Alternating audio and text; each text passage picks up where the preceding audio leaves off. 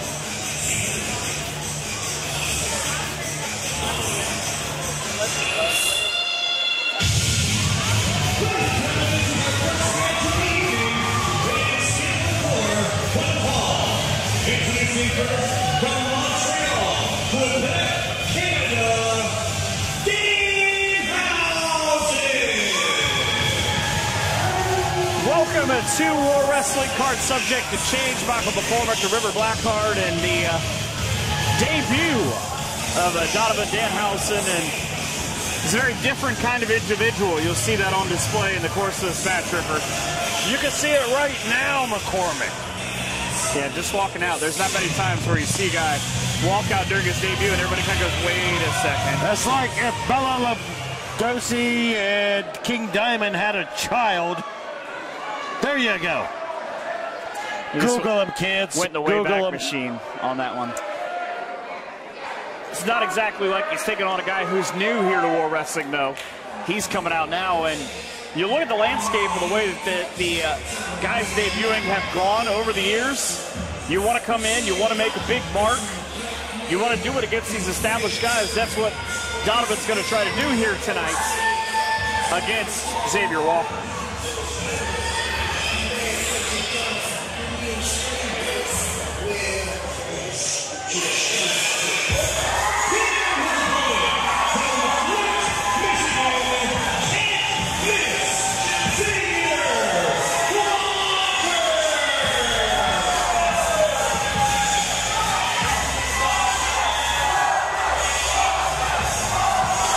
Xavier Walker not exactly low on confidence walking into this building, and it's been kind of a mixed last 6 months for him. He's had a weird run with Palmer Cruz, the end of Super Future. They nearly beat each other to death a couple of months ago, and now he's back here by himself, out on his own, and he's ready to go. Now look at the size of Xavier Walker compared to, what's this kid's name again? Donovan Danhausen. Danhausen. I mean, look at the height, the weight. But Danhausen's got this weird vibe about him, dude. The face paint, the tattoos, and it's a very large gentleman across the way from him. And a very unsettling smile across his face. Xavier Walker, former basketball player, trained by Truth Martini, means he knows a couple of things. I don't know a ton about Donovan Danhausen, but what I do know from what I've seen is he's eerily effective, both in the ring as a tactician, and he can get in your head. lockup you wouldn't think would even favor him. And it does not. Takes the smart road and powders his way out. A lot of big things on tap for this show. Card subject to change has never been more apt than for this show here tonight. Yeah, I got here today and they told me, forget everything we told you. Which makes it nice if you've tried to keep along into chanting chicken boy. He probably bites the heads off chickens. Danhausen, though, I don't know, you want to say to his credit, went right back at the fans and started doing the chicken dance. Doesn't seem like a guy that's going to be fazed by anything anybody else can bring to his table. Well, look at him. He's trying to test his strength. Oh, I do not think this is a test you want to take with Xavier Walker, of all people.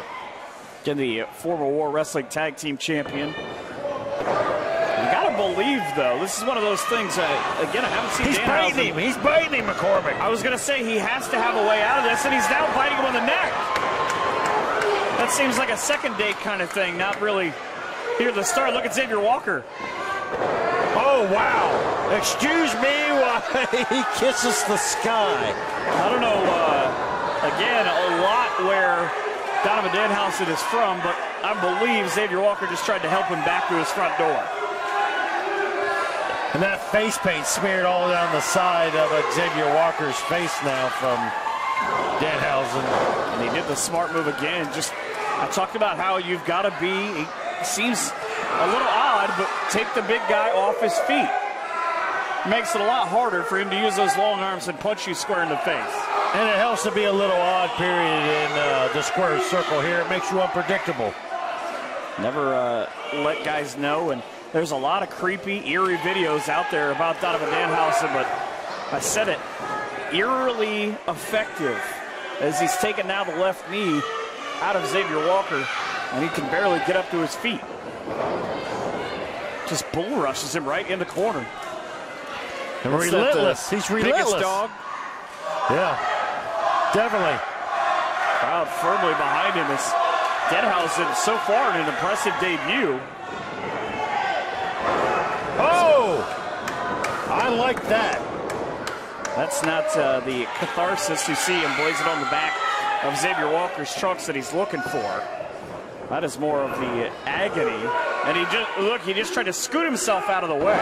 Danhausen followed him right back and put all 150 pounds right up on top of his knee. Maybe going for the Boston Crabber. Oh! The DDT on the leg. Even more effective. Walker is in a horrible way. And yeah. Again, remember when he started, he had a guy on the outside. Right now, he's all by his lonesome. And oh, that's just creepy. I don't know what you call that, but I just told you, creepy. That's the actual name of the move. This Danhausen, like I said, he's odd, he's eerie, he's different, but he is being very effective right now. And I think Xavier Walker underestimated his opponent once he got a good look at him, and he's paying the price right now. I feel like Danhausen is thinking about surfing. Doesn't seem like a typical surfer. Yeah, you don't see a lot of golf surfers. I was almost serenading the crowd back to their Walker chants. And if he gets this bridge here, this isn't just the pressure on the legs. You can't see necessarily from where we sit, but just wrenching back on the neck. Xavier Walker's got a lot of problems right now. And it starts with the guy behind him trying to fire himself up. Actually, it started when he turned his back on his friend Remy. Not Remy. That's the other guy that used to be here. Palmer Cruz. Think about those Remy Wilkins memes. A knee right to the temple. 1, 2, and 3. Yeah, Palmer Cruz is not here either. Again, I implore you to go back a couple of months ago. Watch the anniversary show on demand. It was a war that Walker was in here. A big slam. It's kind of amazing, Ripper. He was able to hold himself up long enough to even do that. I was just thinking the same thing. He was very lucky that knee held up. That was a risky move on Xavier's part. And no, Xavier wants to go back to that choke slam. He nearly had it. And he pretty much put Palmer Cruz out of War Wrestling for the moment when he was able to do that to him a couple of months ago. Big right hand. But look, watch the stature of what Xavier Walker's able to do. How is he going to be able to follow through? There you see it. Yeah, he's clinching at it. Not able to get all of his power either. And goodbye. I stand corrected. He got all of that one. Danhausen with the miss and the reverse right into the swinging neck breaker. Right down as Danhausen in the middle of the ring. 1, 2, and 3. No. Look at the look on the face of Xavier Walker. This is one of those moments where he's trying to, look, he's just trying to will his knee back in place. I think he might be a little scared too. Look at his hair standing straight up. I was going to say the frustration that he's obviously feeling right now. Danhausen with the reversal, looking for a German. That's a big guy. Ooh. Right upside your head with that back elbow. Walker into the corner now. That rolling German suplex. That might be enough. Walker might not know where he is. Dropped right on the back of his head. 1, 2, 3. And again. But he's got that look, that not today. Danhausen trying to figure out another plan of attack. Right in the center of the ring again. On the float over, not using enough to keep the big man down. And I almost kind of think Xavier Walker trying to go to that place, trying to figure out exactly what he could do to get rid of Donovan Danhausen in an impressive debut. Right back down.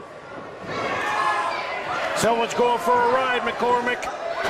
Down goes Donovan Danhausen. That's got to be it. Center of the ring, hook the leg. 1, 2, and 3.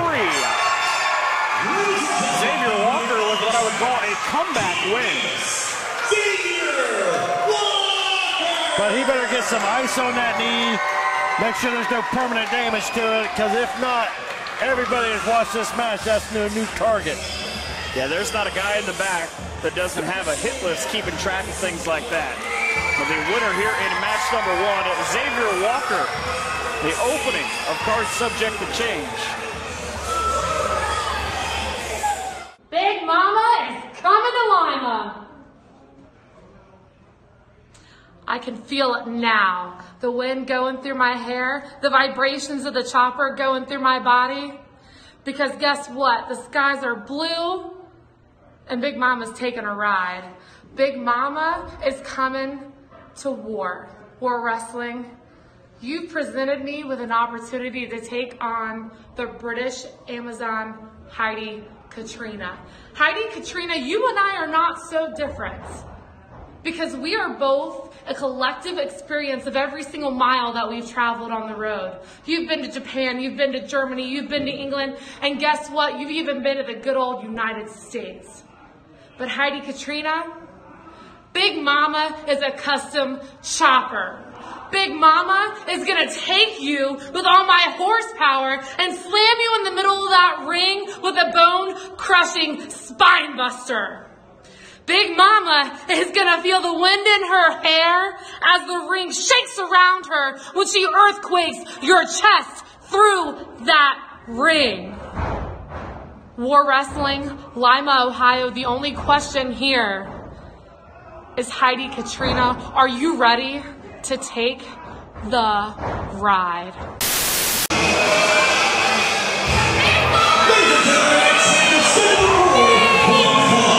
Introducing first from Rydell High, Big Mama!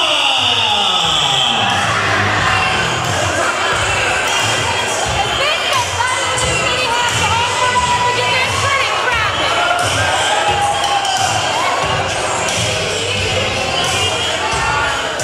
I better not hear a single person say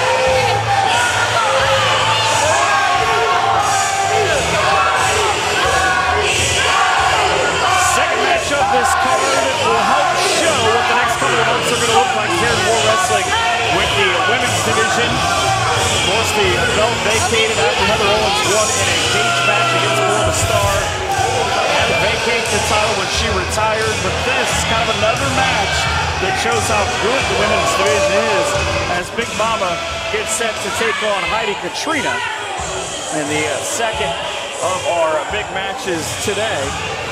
And it is Big Mama, no stranger to the area, trained by Roger Ruffin, the War Wrestling Hall of Famer. But as I understand it, these two really not that big of fans of each other. They kind of had some words in the back earlier on. Well, you got the British Sophisticate in Heidi versus, well, America, Miss America, Big Mama. So that's where you're putting your money on this one.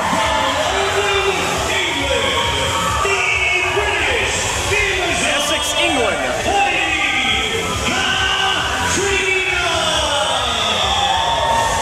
Someone should probably tell Heidi the name Katrina is not real popular here in America. Or in World Wrestling. It hasn't worked out across the years, but this is an interesting matchup because it's a big clash in styles too, where Big Mama wants to come and just punish Heidi Katrina, who's got more of a kind of a different background, where she's able to hit a handful of moves, kind of string them together. She's got a big second rope leg drop. Once they kind of hit and hit and hit, walk away and come back with another move, kind of the combo experience. It's not hard to figure out who the fans are behind here. It's not a revolution to get away from these people. So Viva Lima, you would start that revolution. But this matchup kind of furthering the women's tournament. I've been instructed by Big Mama to tell everybody here tonight that she does not cause earthquakes.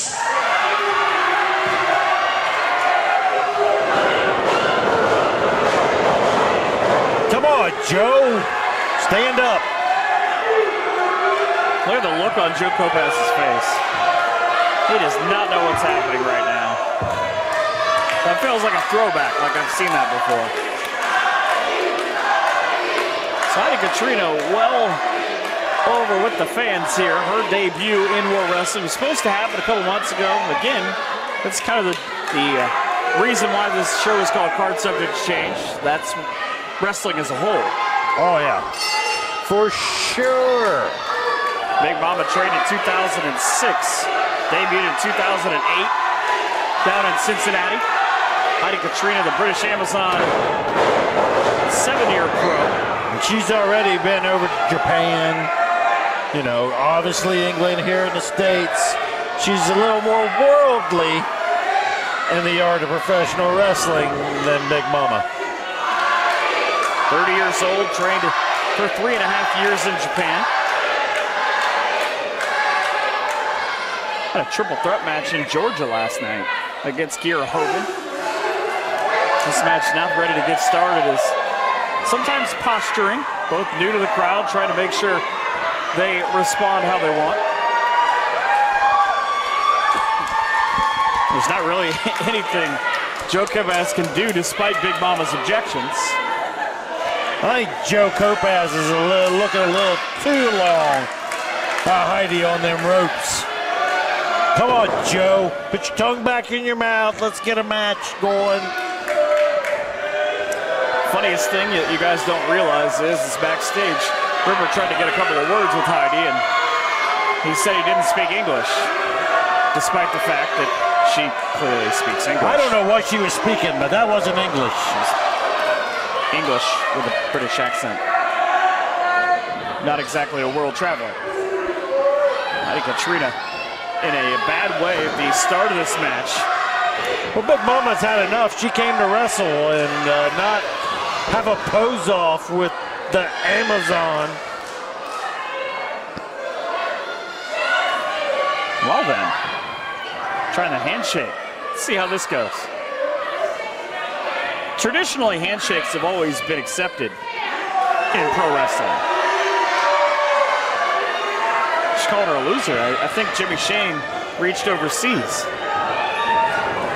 some of those videos. He's got a big match coming up in a little bit. So he's in a tag match, you know, here from Paloma Star, who I'm told is joining me on commentary at some point during this show. Oh, yeah, because I got business to conduct, and there's very few people I trust to take over this role, and she's one of them. Again, her partner Jimmy Shane tonight as they take on Will the Thrill in Path City.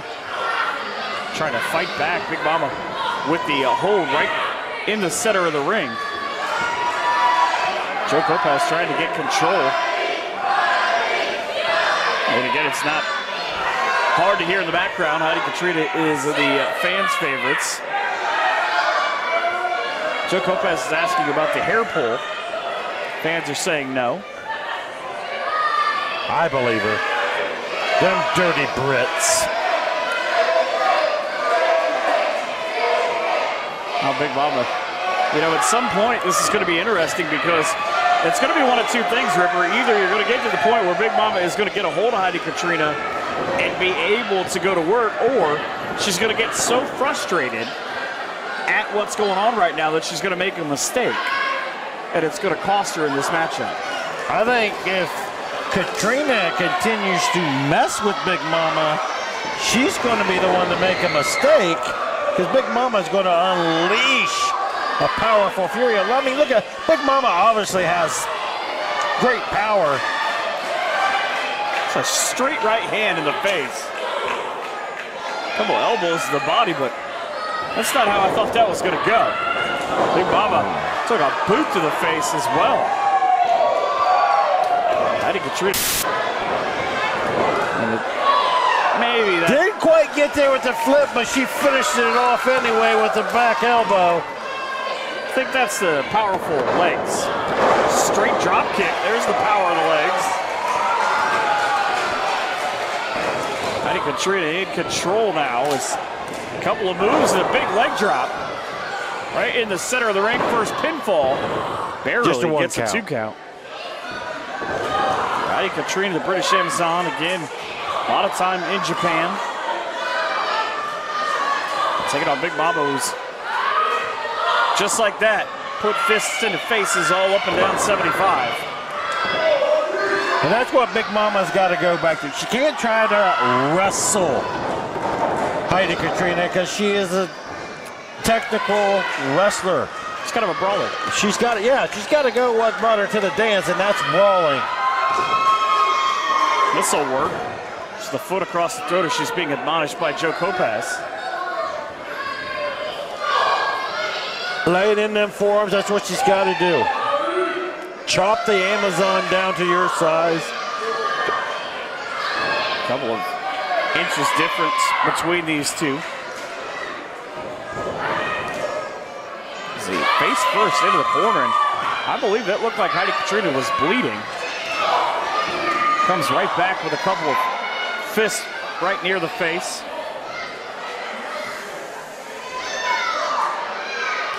And you always know, anytime that someone asks the crowd to be quiet, something very bad is going to happen. And they're just trading chops back and forth.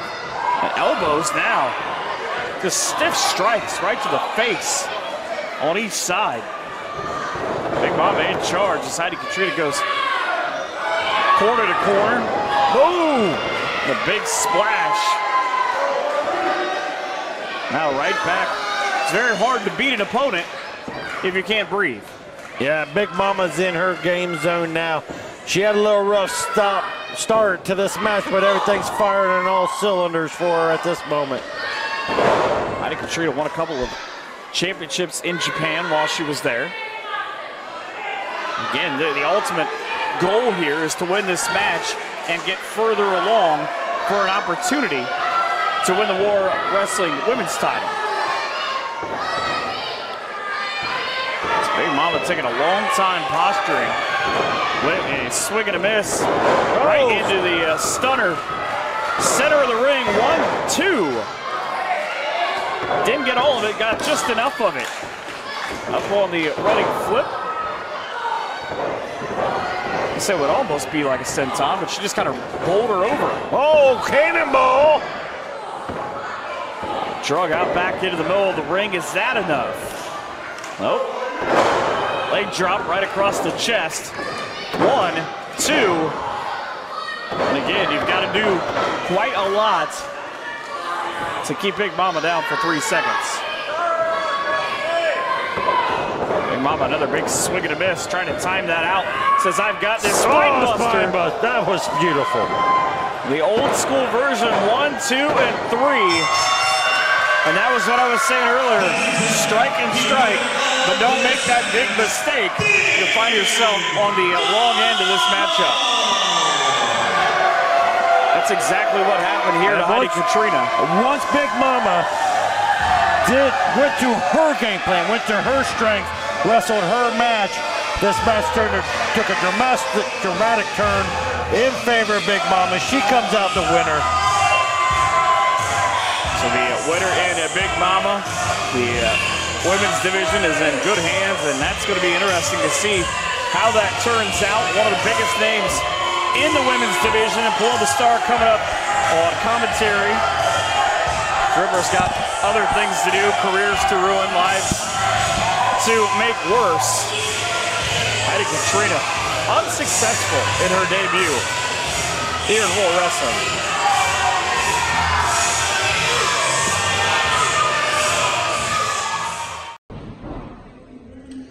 4 months ago, the Dirty won these tag team titles.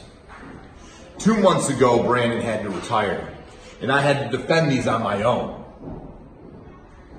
Come Saturday, I have to do the same thing. Gino DiCapo, I'll be real honest, man, I don't even know who you are. I mean, I've seen you around.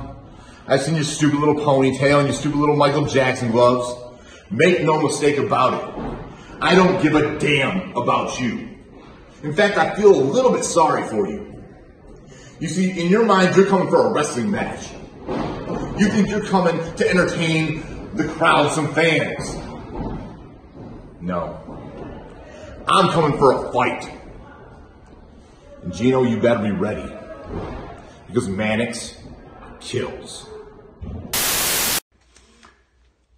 Since last September of 2018, the made man, Gino DiCapo, has been showing up in Lima, Ohio at World Wrestling, and I've been going out there and showing the fans what a made man is all about. And you know, sometimes in the locker room, I may rub some of the guys the wrong way. They may not like me. And you know what? I'm okay with that. I can deal with that. But there's one guy in the locker room that I've noticed taking exception to me. Now, I don't know why.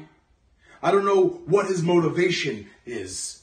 But Austin Mannix, don't think I haven't noticed those dirty looks in passing. Don't think I haven't heard those snide remarks about me. You may be a very decorated champion. Multi-time heavyweight champion, multi-time tag team champion, wrestled all over the Midwest for every good promotion there is. But you've never wrestled a made man. You take a look at me, you might laugh at me, you might say some smart aleck things, but you've never been in the ring with me. You don't know how hard I can hit.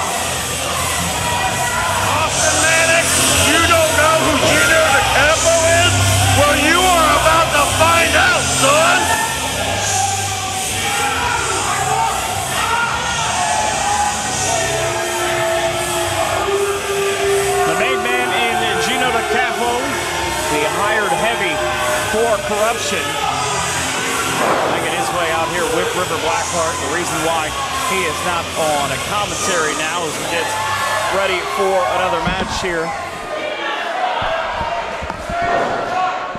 And joined now by Paloma Star.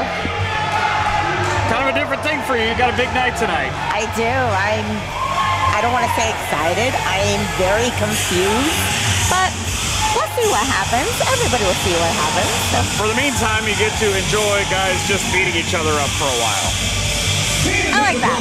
I don't mind that. I don't hate this as much as I hate my match, so we'll see. And you see the World Wrestling Tag Team Champions represented by Austin Mannix. The moniker for Austin Mannix is the one-man militia. That's never been more true than here tonight for the member of the Dirty, because he is currently without a tag team partner. Brandon Edwards being forced to retire due to an injury, but tonight a lot of things have been said on social media between these two guys in Austin Mannix and Gino DiCapo. But if there's one thing that I've learned about Austin Mannix over the years, at this point, if he's in the ring and time for talk is over, he's ready to punch a guy in the mouth. I think he's ready to fight, definitely. This is going to be a hard-hitting fight. I'm actually looking forward to it. I'm actually looking forward to what's going to happen with the tag team titles. And that's obviously with a lot of the gentlemen that you have surrounded yourself with. They maybe have an opportunity coming up, depending. Well, tonight would go a long way. Yeah, not with Jimmy Shane, though. I don't want to be his partner. Of course, then again, maybe you and Jimmy Shane will be in the tag title hunt. No. I mean, I do want a belt, but no, stop saying that. No. I'm not even going to think about it. Goes for the big swing on the opening, and the advantage in terms of how long guys have been doing this here in War and overall would go to Austin Mannix, who, by the way, if you haven't been following along the last couple of years here in War, has gone through an entire transformation of himself. He really has. He is Jack now. And he's gone with the shaved head and the beard too. And he said he just got to a point where he wanted to do it for himself, get out on the road, didn't care what people thought. And now is, well, there you see, trying to obliterate the face of Gino DiCapo. Can I just point out the unfair advantage that Gio has by wearing a whole three-piece suit while wrestling? See, I mean, those are some hard-hitting chops, but he is wearing a vest and a button-up shirt, so. Oh, okay, he's not wearing anything to protect his head from that kick. No, I think he's somewhere in the 5th row right about now. But I was thinking, when's the last time you saw a guy run full speed at a 200-plus pound gentleman and chop him? Just the ferocity behind that. I don't know about gentlemen, but I see where you're coming from. Well, I'm not trying to piss him off. He's over there. So Gino now ducks the clothesline, trying to get really his first offensive move. Austin Mannix is looking for. Mannix, well scouted. This is a guy who watches a ton of tape. And he said up and down the road, he actually asked in one of his promos, I don't know who this guy is. I see him in the back walking around saying things, but I'm going to approach this as business. And Mannix looking to fly. And took the smart route, realized the flight path was closed. Just brutalizing Gino's face. It's always personal. Nice when you pay extra and guys come right to you in the front row. Don't think this is the experience I would want, though. Right. Austin loading up again. Another kick. Oh, no. It looks like this match has been very one-sided towards Austin Mannix so far. So let's see what Gio has up his glove or sleeve. It seems like it's more of an assault so far. I totally agree with that. Mannix is thinking about all the bad things that have happened to him in here in War Wrestling, and it's kind of a different thing, too. Well, that's creative, using the ring apron to his advantage. Just maybe trying to bury him under it. But look at the look of concern on Ripper Blackheart's face, because once upon a time, the first time around the Dirty were tag team champions, it was Ripper on Austin Mannix's side. As it goes, Ripper runs his course. Gino is in a world of trouble. Did you see how easy he picked up Gio, though? Oh, here it comes. Yeah, that's not a small man. Not at all. Just a couple of years in training, but he's figured out some shortcuts, and there's one. I think that's the only way he's going to take advantage of Austin Mannix. It's that thing about hanging out with corruption. You think about those guys for a long time before they turned on him. Dusty Dillinger, Cody Hawk, those are guys that have been around for a while. You might be the higher heavy, but you don't stay around without learning some tricks. That's very true. Gino now trying to get a string of offensive maneuvers together as he wails away on Austin Mannix. It was Gino DiCapo who helped beat down Dusty Dillinger, and the reason why he's no longer here at War Wrestling last month. Kind of a different show for everybody. As Gino has ditched the tie, but I wonder if that comes back into play. Great elbow drop from the 230-pound man. I think with Ripper at ringside and Gio wrestling, you just never know. But Gino now frustrated. Ripper and I just talked about this in the Big Mama Heidi Katrina match about how much to where you can get your opponent frustrated, they can't put you away. Does that play into your strategy of wait till they make their mistake and boom, capitalize? I agree. I sometimes take that into consideration in my own matches. Oh, that's your plan for tonight. Exactly. I know. We'll see how that turns out. As again, that's I talked to a lot of people waiting to get in, and that's the match that they're waiting for. That one and the big one, the main event with Cody Jones and Matt Taylor. New champ, just saying. New champ. Like a hammerlock side Russian leg sweep by Gino DiCapo. That was very innovative. Probably learned that one from his trainer, Sherman Tank. If anything, it's how to just punch guys in the face, because that's what Tank was all about, including Austin Mannix. Gino takes a lot of time posturing, though. He's now got the advantage on Mannix. Turns him inside out with a boot to the face. And here's the interaction I was waiting for the first time as Gino hooks the leg and goes for 3. Comes up with this 2, but Ripper and Austin Mannix again. Don't discount the history or the giant cane that's in his hand. Very good. Oh, he's on the outside right next to Ripper. Right down in front of him, and Ripper choking him out with the cane. Hey, it's okay. Nobody saw that. And now he's got the tie, which goes nicely with his t-shirt. He just... It's Ripper being Ripper. I don't know, but he's probably going to pay for that. Look at him back up like a coward. Gino, though, hair swinging wildly. Just one gloved handprint across the chest. And he found one. Ooh. Just teeing off. Back and forth exchange going on. Neither guy seems on that phase. Seems more of a just kind of bring it. Let's see what happens. And Mannix just destroyed our graphics with his forehead. Gino back in charge now as he rolls Mannix into the ring. Big Tom will be mad about that. Just destroyed the branding. Gino again wasted a ton of time. He said Mannix took exception to him. Big senton. Mannix took exception to him, and he gives him dirty looks. He does. That's the whole reason for this fight between these two. I just think he looks like that. I think he just looks like he's giving dirty looks to everybody. Face. There's a word in there. Yes. Gino with just another 2 count, but Mannix. Wrestling dirty face.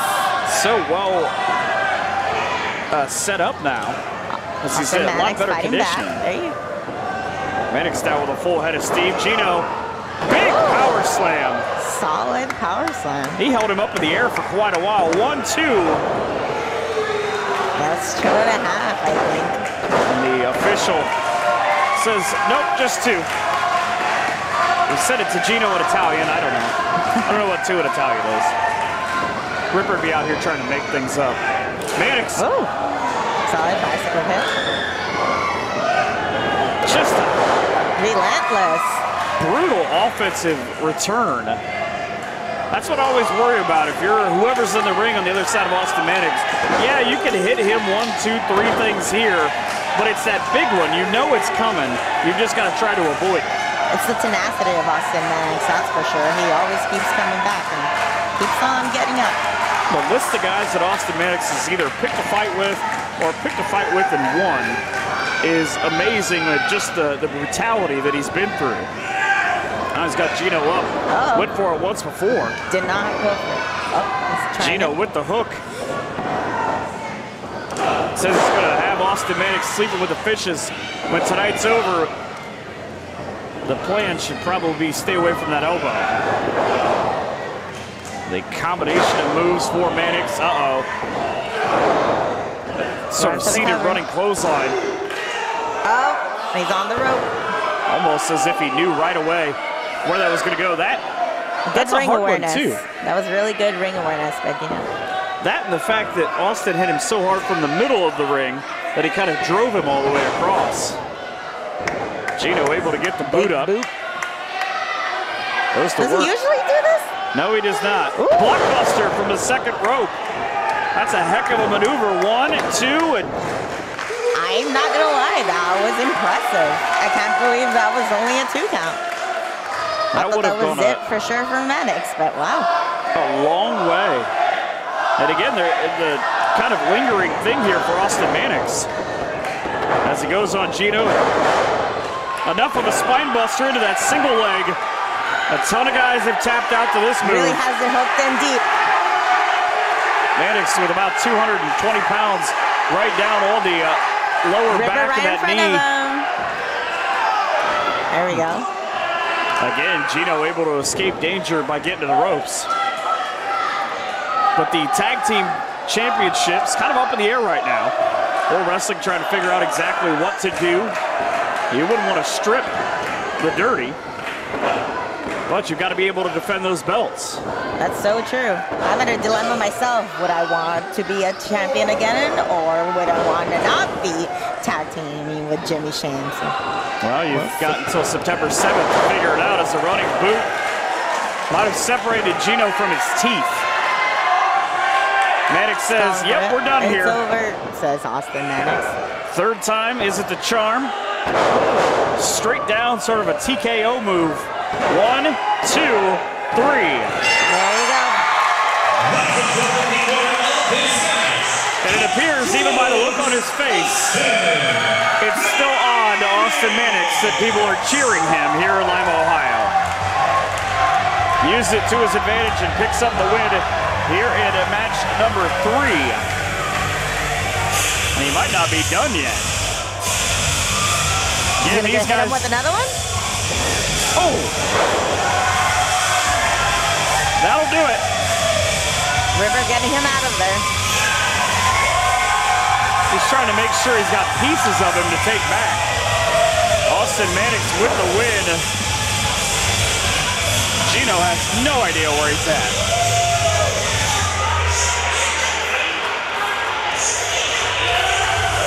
A solid matchup between these two, not gonna lie.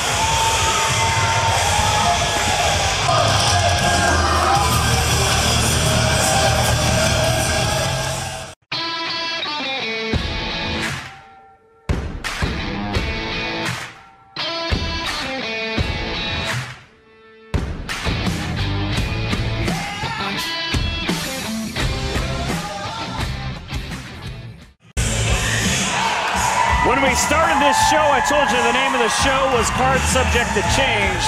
This is not on a rundown anywhere. Aaron Williams, the Respect Champion, is here. He does not have an opponent going into tonight, and I cannot imagine that there are too many people that want to get into the ring with a guy who calls himself the baddest man alive. I mean, I'm not gonna lie, I thought about answering his open challenge, but he's a little scary. He seemed to not be over there.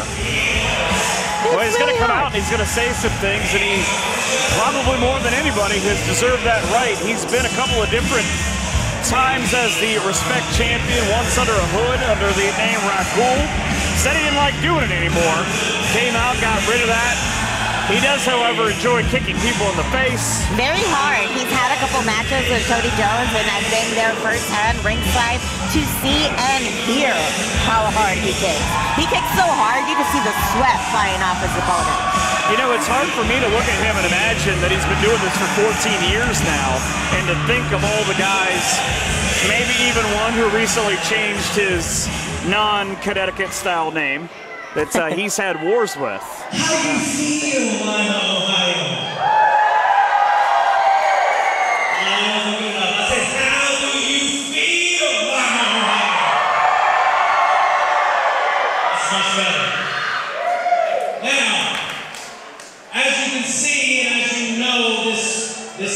is called card subject to change. And if you look on the card, you will not see my name, because I don't have an opponent.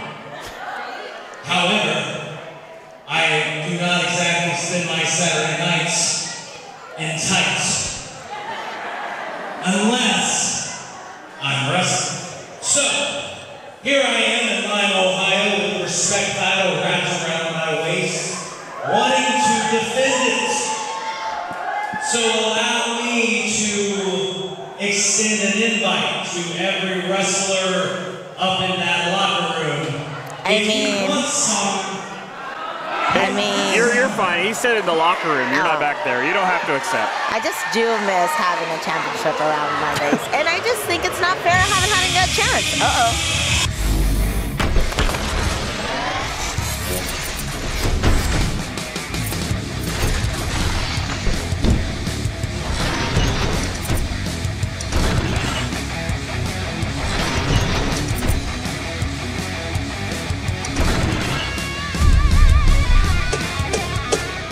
This is who I think this is. This is going to be a big fight for Aaron Williams. Oh, wow. The Beastman. The look on Aaron Williams' face says it all. I'm not quite sure he was expecting Beastman to answer this open challenge. I don't think anybody was expecting Beastman to answer this challenge, honestly. This is a very clash of different styles of wrestling. I'm really interested to see how this one's going to play out.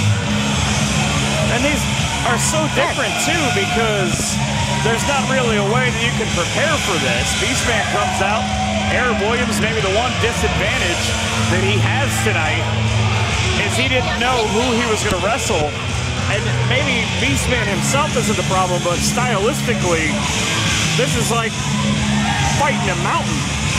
Exactly. Beastman has had his issues with the fans in the front row. They don't like him because they don't understand it. I don't think you would know anything about that. Yeah. So Aaron Williams defending the Respect title for the third time since this win. He had one of my favorite matches in a hard-hitting contest at Nobody's Fool where he beat Hakeem Zayn, Rahit Raju. If you turn on Friday nights. And goes right into it. Speaking of hard-hitting, Beastman on the outside, Williams looking to fly on a Saturday night. I honestly think this is the best way to start this match, but it looks like Beastman got a hold of him right away. Took an interesting set of turns.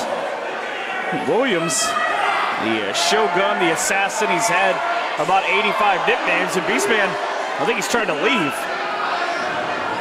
He answered his challenge, and now he doesn't want to. I think he was confused. He took face first and his super kick. There's that, one of them famous kicks. Just enough. And the martial arts background of Aaron Williams coming into play. He is going to need not to make that kind of mistake. I think it's going to be speed versus power in this one. If you haven't, by the way, Beastman, find him on Facebook. I implore you to do this. He's got a promo with Falaba that is quite possibly one of the greatest things I've ever seen, because I don't understand a damn word that came out of either one of their mouths. But they seem happy about it. And if those two are ever a tag team, as Aaron Williams has got to feel like he's facing a tag team right now, that'd be about 700 pounds. That's a lot of meat. That would probably not be good. Williams might be seeing double after that body shot that he took a couple of minutes ago. Ooh. This Beastman just angry. He's had his go-rounds, part of the village. Almost didn't phase him. There's that you don't know what he's saying thing again. I believe he said he was hungry. Oh, okay. I mean, that seems about right. I think if he was to win the championship tonight, it's a big elbow drop, he would get extra payday. There's also a video, by the way, of a promo that he did where he runs into a chicken joint that's famous for their colonel. I see what you did there. Takes the stuff on the counter, eats it, and just runs out. Guy at the counter has no idea what's going on, just like Aaron Williams right now. But I'm not going to try and tell him he can't eat my chicken. Oh, me either, at all. He can have all the chicken he wants. Go ahead. One of my favorite things about his Facebook is one time he had a fight with Mr. Puff from Ghostbusters, and the next picture was Mr. Puff being deflated. Yeah, I love Ghostbusters and Mr. Puff, which I was sad that he was deflated. That's the greatest thing about social media is you can see things about these wrestlers and get to know them a little bit, or find out if people don't like them. It seems to be the MO with my broadcast partner right now. Whose name I understand is not Pamela. No, my name is not Pamela. Jeez. Autocorrect. Williams trying to take out the center of gravity. Oh, ooh, wow. Wow. Picked him up like of nothing. Aaron Williams is a solid 200 pounds. And Beastman just ragdolled him. Throwing him around like nothing. That's crazy. You look at the difference between the guys that Aaron Williams has either beaten or defended this championship against. He beat Orlando Christopher, Palmer Cruz, and Cody Jones in Indiana. Hey, why do you have to bring that up? That's old stuff. It's on the script. It's on the talking points. It's all right. Cody Jones is going to be the new World Heavyweight Champion after tonight, so he's got a okay. second opportunity. Really? Doesn't matter. That's what the talking points say. Big slam from Beastman. Beastman tried to break Aaron Williams in half. Wait a minute. Oh, I thought he was going up top. That was almost way scarier. I mean, that was scary as it is, but flying Beastman, no. The only thing he hasn't done is hit him with that bone yet. He's now just trying to choke Williams out as poor Jay Cortez has got to try to tell him no. I don't think Beastman has ever been told no. This is a smart move, though, on Beastman's part, because he's not only brutalized Aaron Williams to the point where you've got to wonder about how Williams was breathing anyways. Now he's taking what little air as he takes him down to the ground. Terrific strategy on Beastman's part. Especially laying all his weight on Aaron Williams like that. Beastman is pretty close to 2 Aaron Williams. But that's, again, that's why I said earlier, Aaron's got to feel like he's in a tag match right now. That big right hand. Might as well be 2 people. You get hit with a right hand from Beastman, it's got to be like being hit in the face with a Buick. Aaron getting the crowd behind him. The baddest man alive has been in some battles before, but I don't know that I remember anybody quite this size trying to take him down. Jay Cortez trying to say, no, please. I'm good. He doesn't want any Beastman. Again, Beastman once surrounded by the village, the Voodoo Village. A lot of individuals about his size. They were in terror for about 6 months. That was a lot of people in that ring when you get all of them together at once. And you question where Aaron Williams is getting this from right now, because he was down for quite a while. And the difference between 5 shots from him or 1 from Beastman. Aaron has to work twice as hard because of Beastman's size. Aaron holding on. Smart. That's the veteran savvy right there. Sure is. Ooh. That was nice. Say Williams known for the martial arts, now known for his smarts. Going back to the well, it didn't work earlier. Cleared for Flake Williams. Ooh, worked this time. Almost over the railings. There are some kids in the front row. They're about to get up close. So Williams with the dive. Now, at least for now, back in control. You can definitely see the pain on Aaron Williams' face and body, though, that he could definitely have taken a beating from Beastman. Williams. Here come the kicks. Oh. Caught in a bad way. Able to get away from it. Again, straight right hands. Oh. Oh. Remember that Buick I said hit him in the face? It's like trying to punch that Buick. It's just not a good idea. Oh. Aaron Williams not stopping. You can hear that one. Chopping Watch out, the tree Jay. down. Ooh. A typical David versus Goliath match. Sometimes the tree fights back. At least that tree does. Beastman. He's got to be that. That's got to be it. A new respect champion. 1, 2, and 7/8. Wow, that was so close. Not only the spin, but So to have close. 300 plus pounds land on you. The crowd here has been firmly in Aaron Williams' corner, but Beastman, I said earlier I thought he was going up top. Now it looks like he actually is. I think you might be. Oh, no, you are right. If he hits this, Aaron Williams. This is over if he hits this. I don't even know what it is, but it's going to be.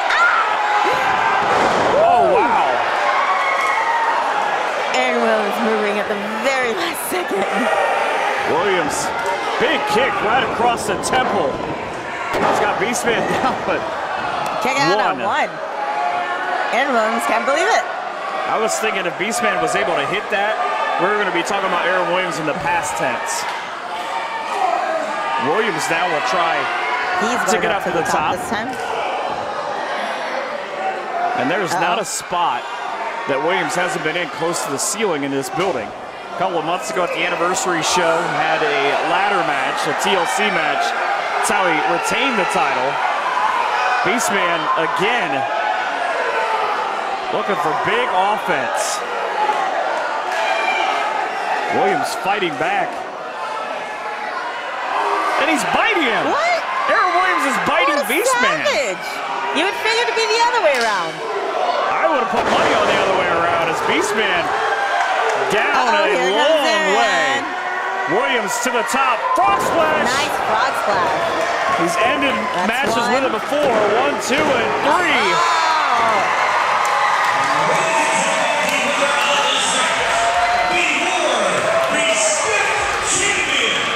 So Aaron Williams wins, but it's not exactly like he's going to be the same after this one.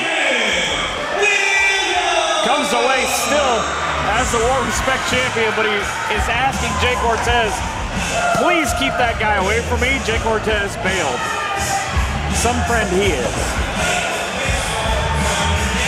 Williams with the win. Be interesting to see when it come back in September if Aaron Williams survived the summer as World Wrestling Respect champion on September the 7th.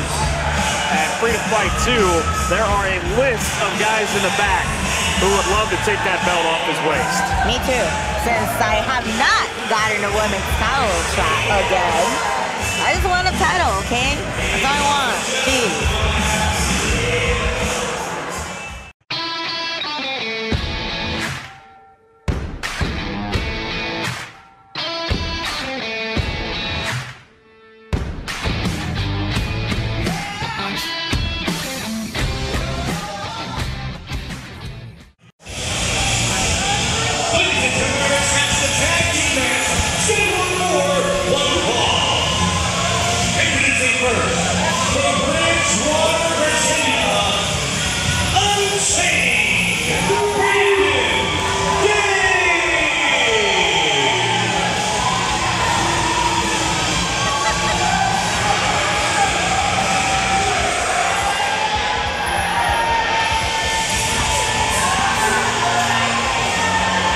So there you see Brandon Day, the Unchained One, representing, well, what's left of corruption, brought by River Blackheart and Gino DiCapo. Wait, I guess River's got something to say.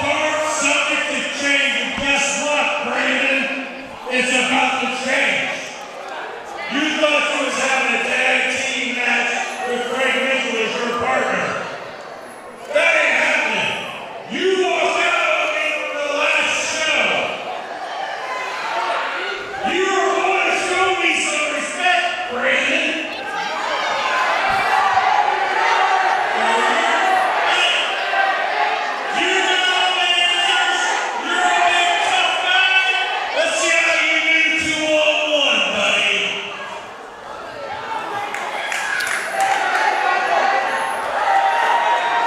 So I guess River Blackheart's in charge now.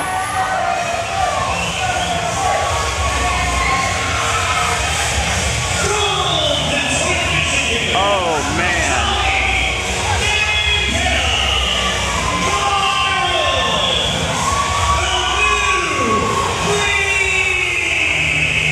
Handicap match. If things weren't bad for Brandon Day before, they're about to get a horrible Times lesson These are not just any two guys on the outside. Ripper has clearly greased some palms and recruited some heavies. Tommy Vendetta has Vendetta in his name. And just look at Corral. These are two massive individuals. And I guess Brandon Day is being punished for standing up for himself. This is not going to be good news for Brandon Day at all. And also keep in mind, Gino's over there, Ripper's over there. This is a handicap match in the truest sense of the word. It's 1-on-4. Brandon Day trying to will himself. 19 years in the business. He's got a lot of challenges through the years.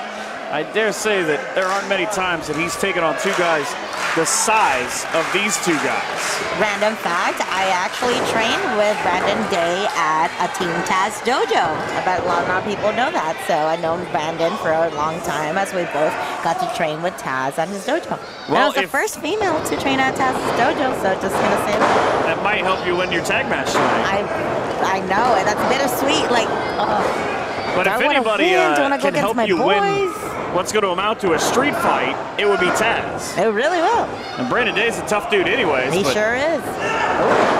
He's going to try to just go straight brutalization on both of these guys. He's going to have to.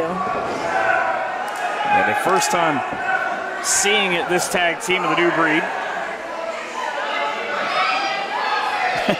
It doesn't get any better if you're Brandon Day. You knock one guy out, another one comes in, he's bigger than the last guy. And fresher, brand new. This is not going to go well. You kind of feel for Brandon Day, sort of left to the wolves. Once upon a time, he was that enforcer where you see Gino on the outside. He was the guy, the workhorse of corruption who went in there and did all the dirty things, no pun intended. I see what you're doing. And realized that he didn't want to be that way anymore. He didn't want to be what he considered Ripper's boy, Ripper's lackey.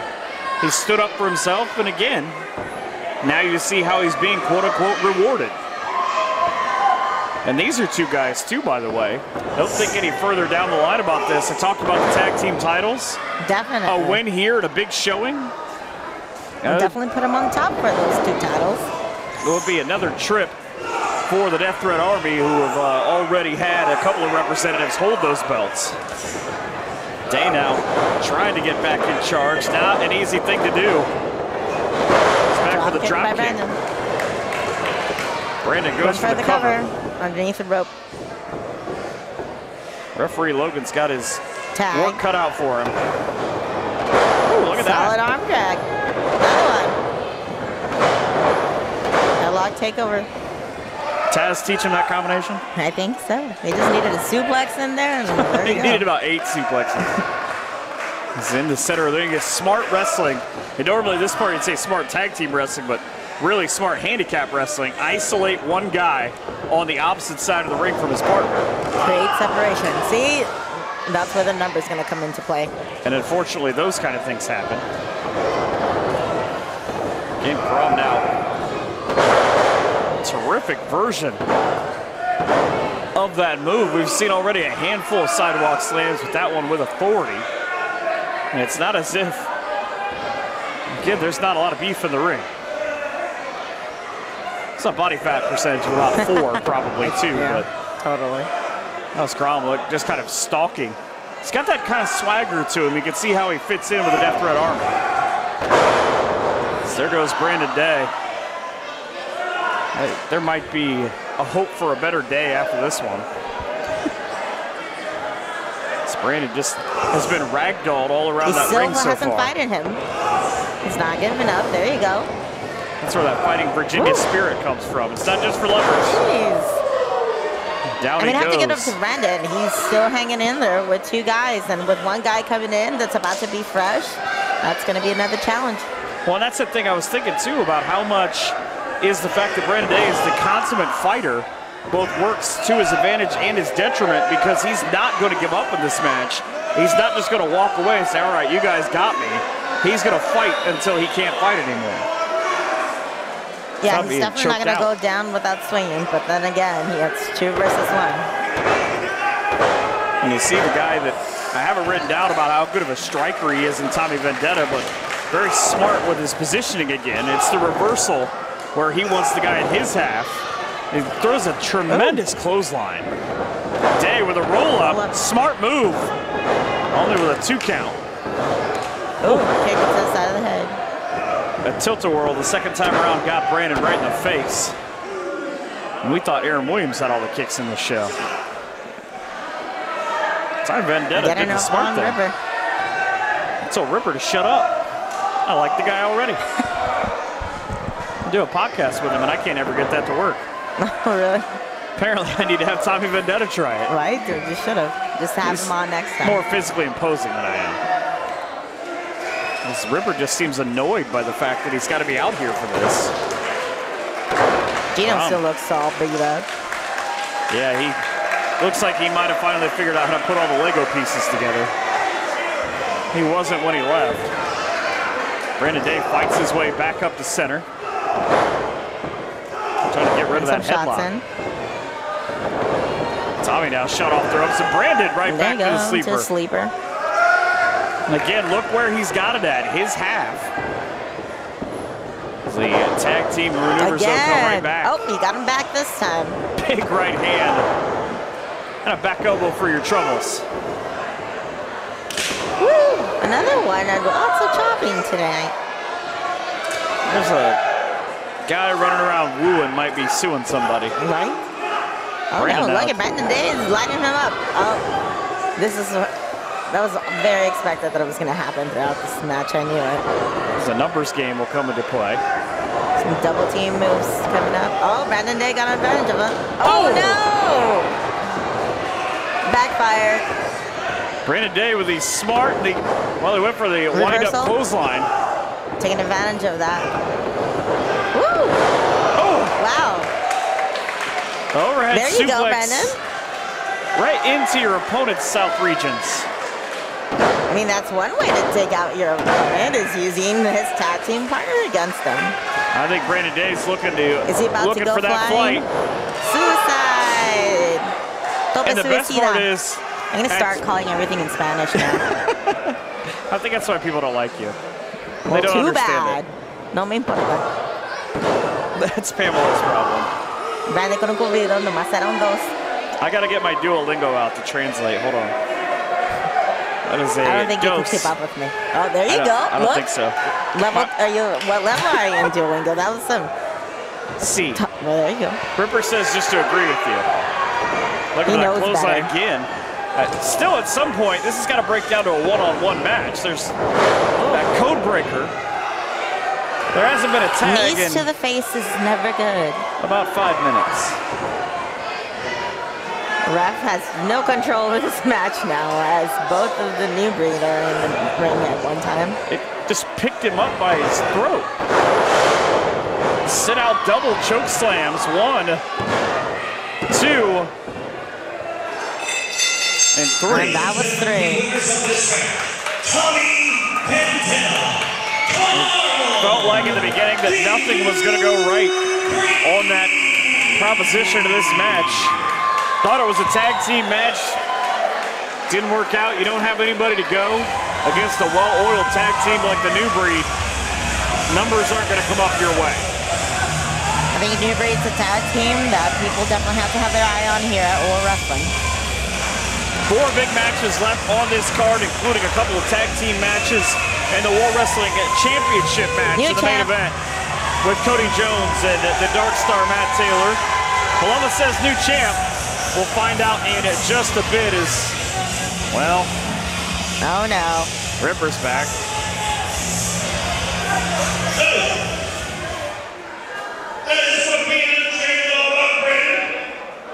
Easy to poke a guy when somebody else did the damage.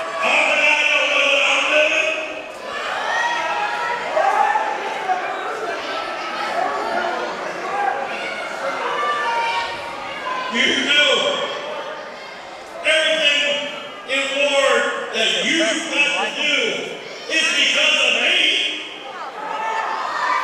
I don't think that's true.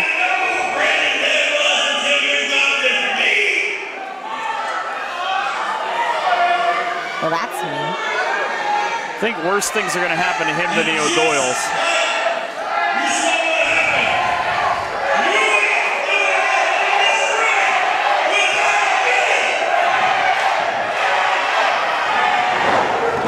And again, that's why he's there, the enforcer. Ripper can run off with the mouth and say whatever he wants because he knows he's got Gino to back him up. And not this. Nobody's going to put a stop to this. Up. Using his own I know chair. Brandon Day didn't make any friends, but somebody's got to stop this. Brandon, a victim of the numbers game in the worst. He just took a beating. He's still getting more punishment. The absolute worst way. And it doesn't matter what the crowd chants. Gino is literally choking the life out of Brandon Day right now, and security's not doing a thing about it. Is that a pair of handcuffs in Ripper's hand? There's a good chance. It all started here in War with these two with a pair of handcuffs. Ripper said unchained a minute ago. Now Gino, the big man when he's got the numbers, and somebody else already did the damage. Brandon Day laying prone in the middle of the ring. Oh. And here's the new breed. Oh. They came Did back. not expect that. It looks like they came back to the aid of Brandon Day. They did the damage. Ripper just slinks away underneath the guardrail to leave Gino. Look at the look on his face as he hikes his pants up and runs away. He's running away. Now Like he's a coward. running. Well, he's not really running. He's kind of half Swiftly jogging, walking. trying to pull his pants up. Here comes he. And again, despite the fact that they did the damage, the new breed makes sure nothing worse happens here.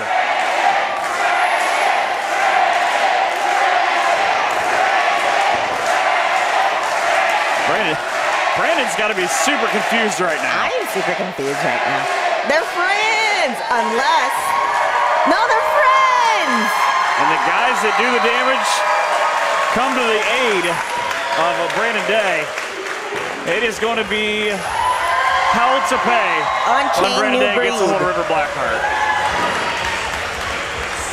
Dustin Reyes and Pat Monix on the way here as we come up on match number 6 and card subject to change in War Wrestling.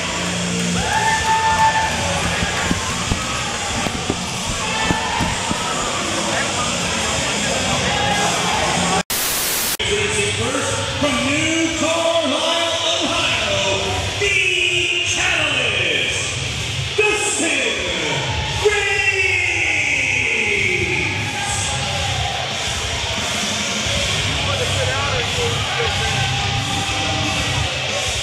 Ready for our next match as Dustin Reyes comes to take on Pat Monix. Ripper Blackheart has slicked his way back to the commentary table. Big guy, take off running after you 4-on-1 a guy. That's why I got Gino. They didn't get anywhere near me. It's also probably try to keep Dustin Reyes away from you. He's a very angry young man. Dustin Reyes just impresses me every single time he's in that squared circle, McCormick. He's got a vast array of moves, and you know, it's kind of one of those things, we talk about Aaron Williams for a while, being one of maybe the best all-around strikers and intellectuals in War Wrestling. Dustin Reyes, the guy who's had his own battles with Aaron Williams. You can make that case with him too. Taking on the returning Project Monix. Pat Monix has been away at War a while, but man, oh man, has he been doing some big things while he's been away from War Wrestling. It's almost like he broke himself down and rebuilt himself into like the 2.0 version of himself. And like you said, he's been killing it everywhere he's gone. And he's back here at War Wrestling. Let's see how he does against Dustin Reyes, who's been on an impressive winning streak since showing up here. Reyes, the 33-year-old, has been everywhere, taking on a guy about his size in Pat Monix, a.k.a. Project Monix, and that right there is what Ripper's talking about. Dustin Reyes uncharacteristically with a microphone. Before you start losing your mind for some Power Ranger wannabe, I want you to know that I am Dustin Reyes, and I am the catalyst, and I am going to hurt you. You know, a lot of guys will just say things like that and not necessarily maybe be able to back it up, but you look at Pat Monix, he's got a guy in Dustin Reyes that means every word he just said. And yeah, I totally believe that he's going to hurt Pat Monix. Project Monix, if you will. Monix has always been a fan favorite here in War back to his days. Debuted in a tag team, and you go back to that and you think about that, Ripper, where remember when he came out, he was kind of a fun-loving guy, had his number on the back of his trunks. Yeah, he had his actual phone number on the back of his trunks. We asked him about it one time. I may or may not send him some inappropriate pictures. I have zero doubt about that. We asked him one time about that. He said, you know, you should see some of the text messages that I've gotten. And those are before you got his number. Yeah. I can only imagine these weirdo fans. Taking on Dustin Reyes, though, out of New Carlisle, Ohio. And Monix is in for a battle as these two guys can get up and go. This is one of those matches where you kind of look at it and you go, all right, what's the time limit on this? This could easily end in a draw because they're both able to take a lot of punishment and give out just as much. Not to mention how super athletic both of these guys are. All right, Monix, I think he went on the splash, ended up with a knee right to the face of Dustin Reyes. And a super kick right across the skull. This might be over early. One, no. Monix. That is one of the hardest heads in professional wrestling on the shoulders of Dustin Reyes. I can promise you that. One of them little kicks ain't going to do a whole lot but anger him. The posturing a little too much as Reyes uses the rollover to get into control. Oh, out of steam and up and over. Again, I said this a couple of times with a couple of the other guys that were out here, but these are two guys I know. Oh, right into the railing. Watch a ton of tape. And you're going to have to come out with something big and new to get rid and get a pin in this matchup. Oh, yeah, because it doesn't even matter. Like you said, you watch a ton of tape. That doesn't mean you're still going to be able to stop these guys. You got to come out with a counter, and don't think this guy ain't watching tape on you. He'll have a counter for whatever you're doing. Slaps all across the chest of the Bradfield Community Center here in Lima. Both guys fighting on the outside. Jake Cortez letting it go as he kick to the face. Someone called that the San Diego area code kick. Right. Some people, but we will not. We won't. We don't want to get sued. Reyes back in, and you see going right to work. There's not many times where you're going to be able to catch him by surprise. Monix lit up, and I saw your boy Gino backstage. Even with those layers on, Austin Mannix got him pretty good with a couple of those chops. But did you see what he did to Brandon Day? A discus clothesline.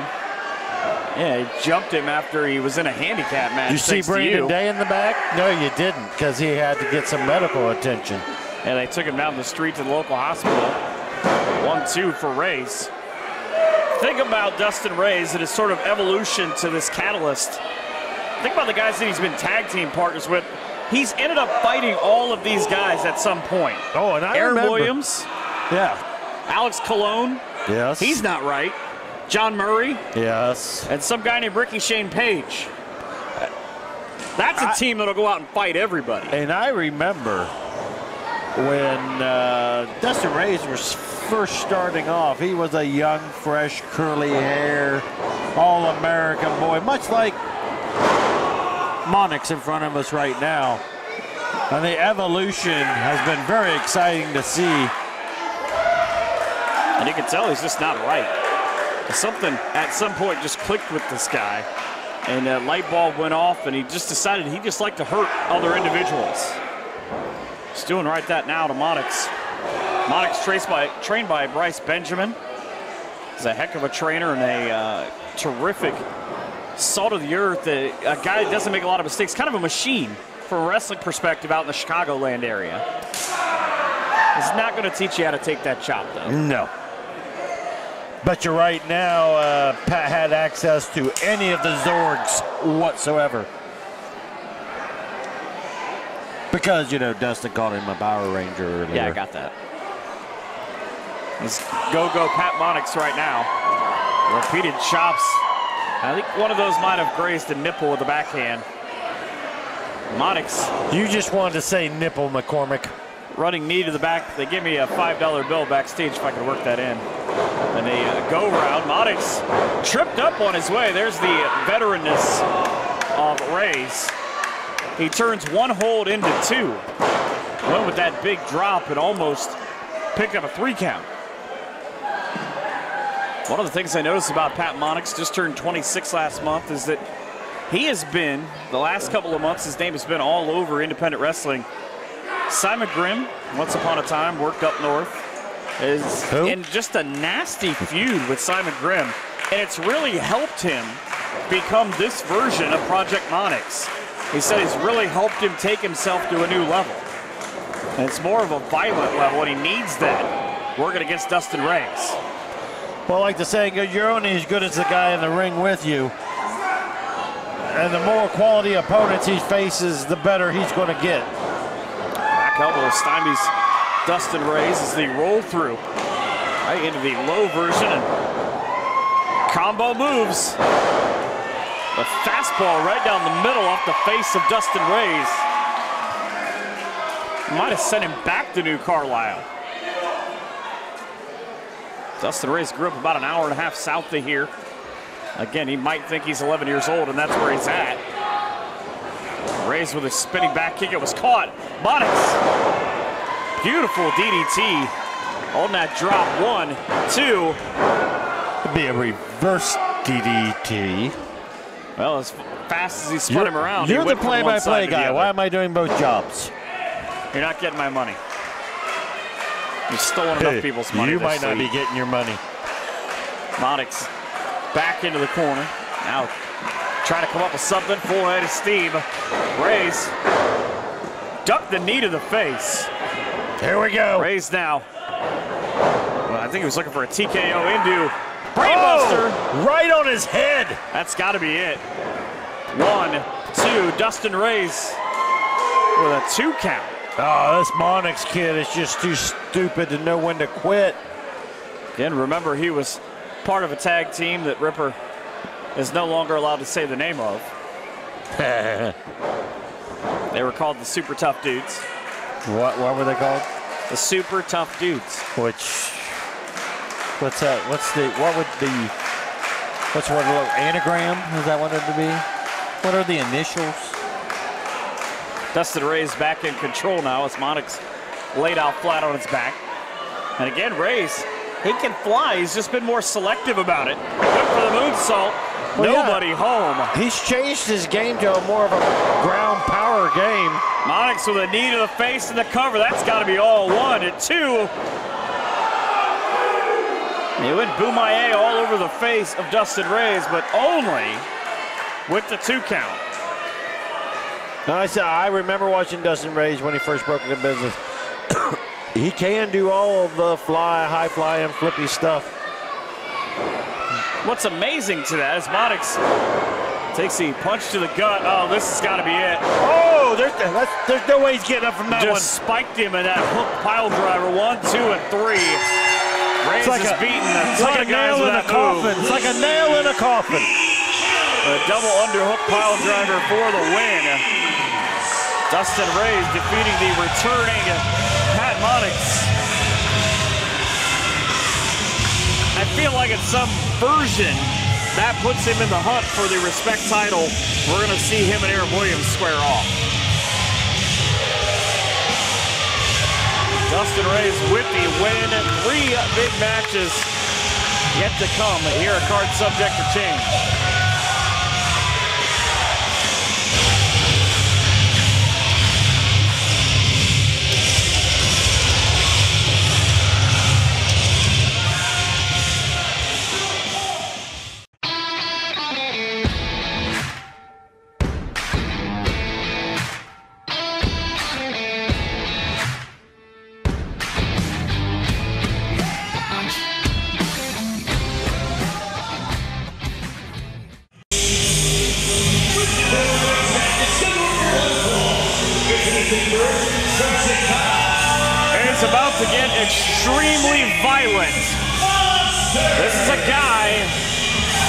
in Shane Foster, who says he's going to make the world a better place his way. His way is extreme violence. Well, then he's in luck, because his opponent feeds off by, he eats it like candy. We'll see his opponent coming out in a second, Orlando Christopher, who has left not only his blood, but opponent's blood in this building in the last couple of months, has been involved in, for my money, a couple of the most insane moments in War Wrestling history in the last couple of years. But it's an interesting difference in strategies, because Orlando Christopher can do so many different things. He can move, and kind of that stick and move mentality. You're not going to get that with Shane Foster. He's going to come at you and try to brutalize you until you cannot answer him anymore, despite the fact that he's throwing up the double peace signs. We're reminding everybody, he said he's been here twice. I ain't losing.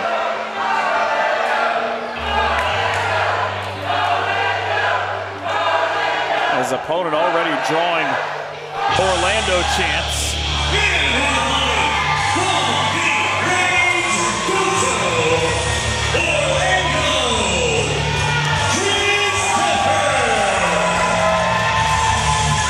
Shane Foster is not a fan of what he sees coming to the ring. There you see, I don't need to make it any more point into this. On the back of Shane Foster's trunks, it says Fury. Pretty much sums him up.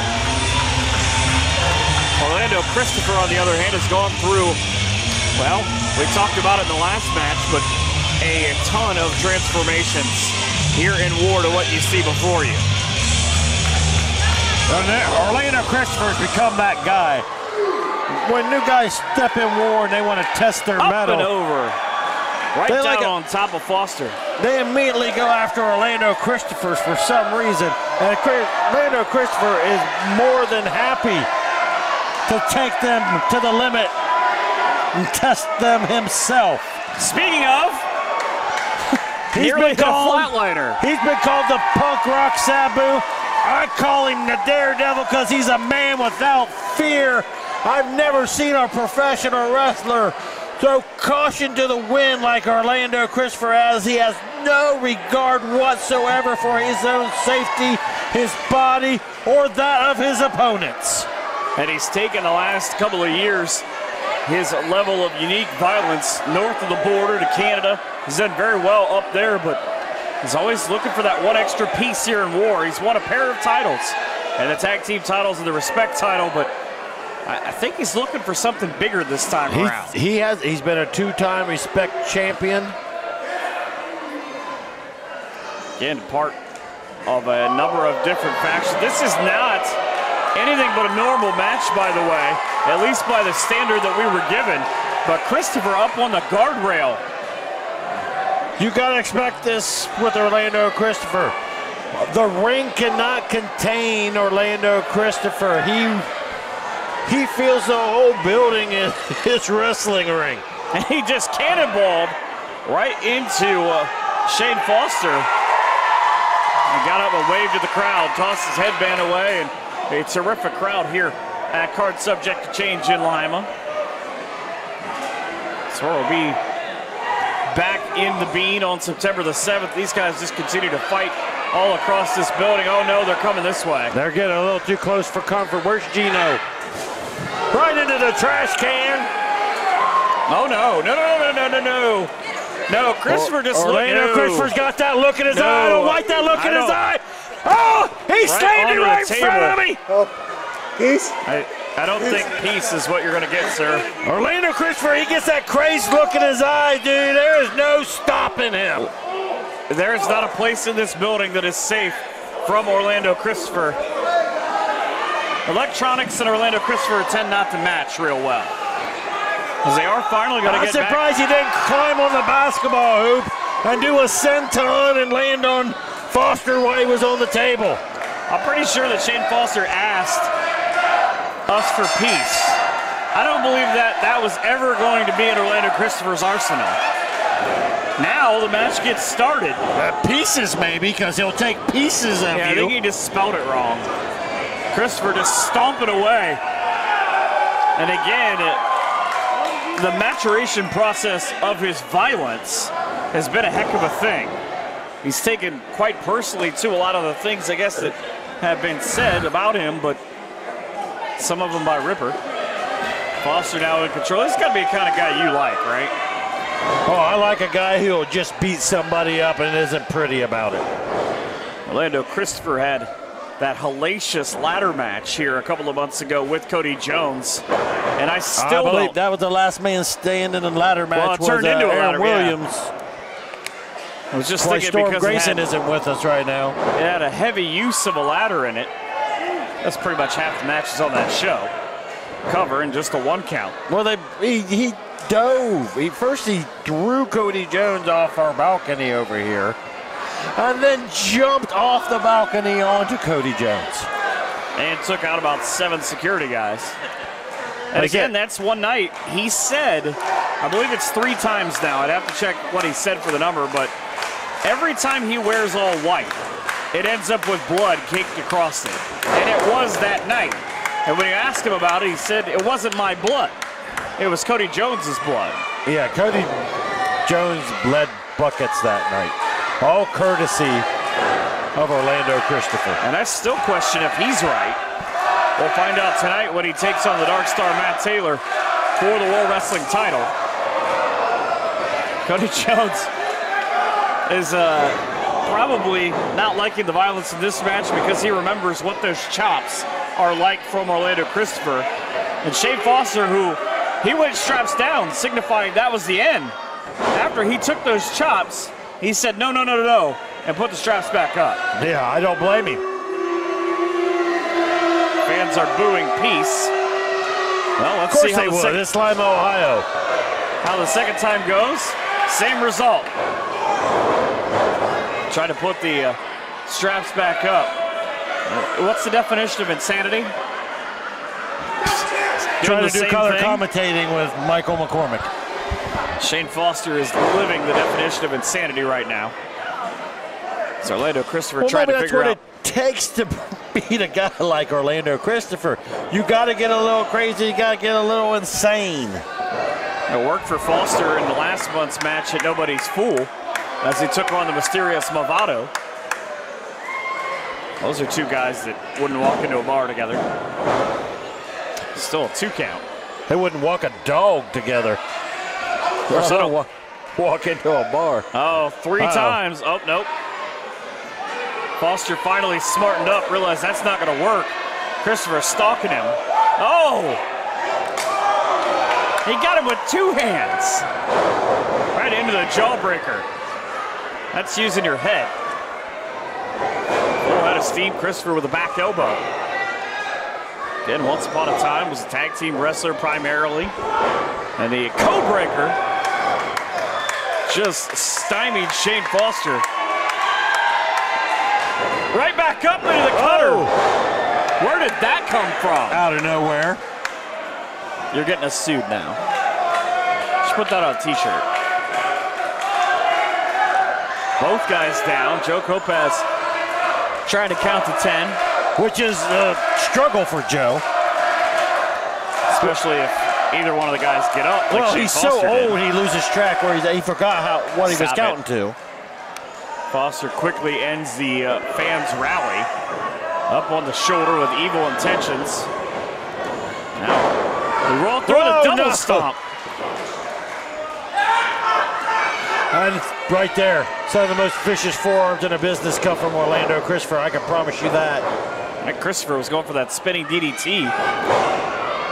Both these guys have cut one another off with the pass. Christopher, great DDT. A roll, that's a long roll for Foster, 1-2. And he's able to somehow kick out. I'm not quite sure how.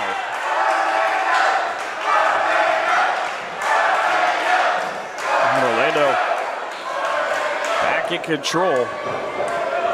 Foster loads up, and he got tripped on his way down. Uh-oh.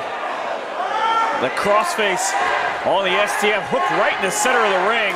There's not a lot of places using the couple of last long strides. They used Foster to get out, but there weren't a lot of places where if that was hooked maybe a foot behind where it was, this match would be over.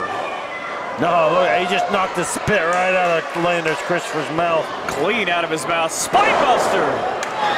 That is the biggest swing of this match. 1, 2. Wow. Like I said, Orlando Christopher, you got to damn near kill the guy if you want to win against him. I'm telling you, that's what Cody Jones, that's how he barely, and I say barely, got a victory over him. Some would say Orlando cost himself that match.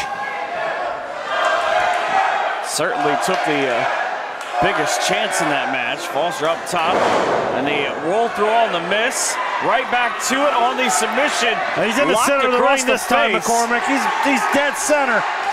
Look how Foster is able to raise up. That's putting a lot of torque on his back. Can he get to the ropes, or is he going to have to tap? Christopher, 200 pounds right on top of him. It's hard to drag not only yourself, but you're dragging close to 400 pounds halfway across the ring. If nothing else, you get out of that. What is Foster doing? He's in the corner looking for something. What the? He just slapjacked him across the face. What did he hit him? I haven't seen a slapjack since Stevie Ray. I don't know what he hit him with, but Christopher is out. You said you almost have to kill a man. Well, Foster tried that as Orlando Christopher is the winner, but at what cost?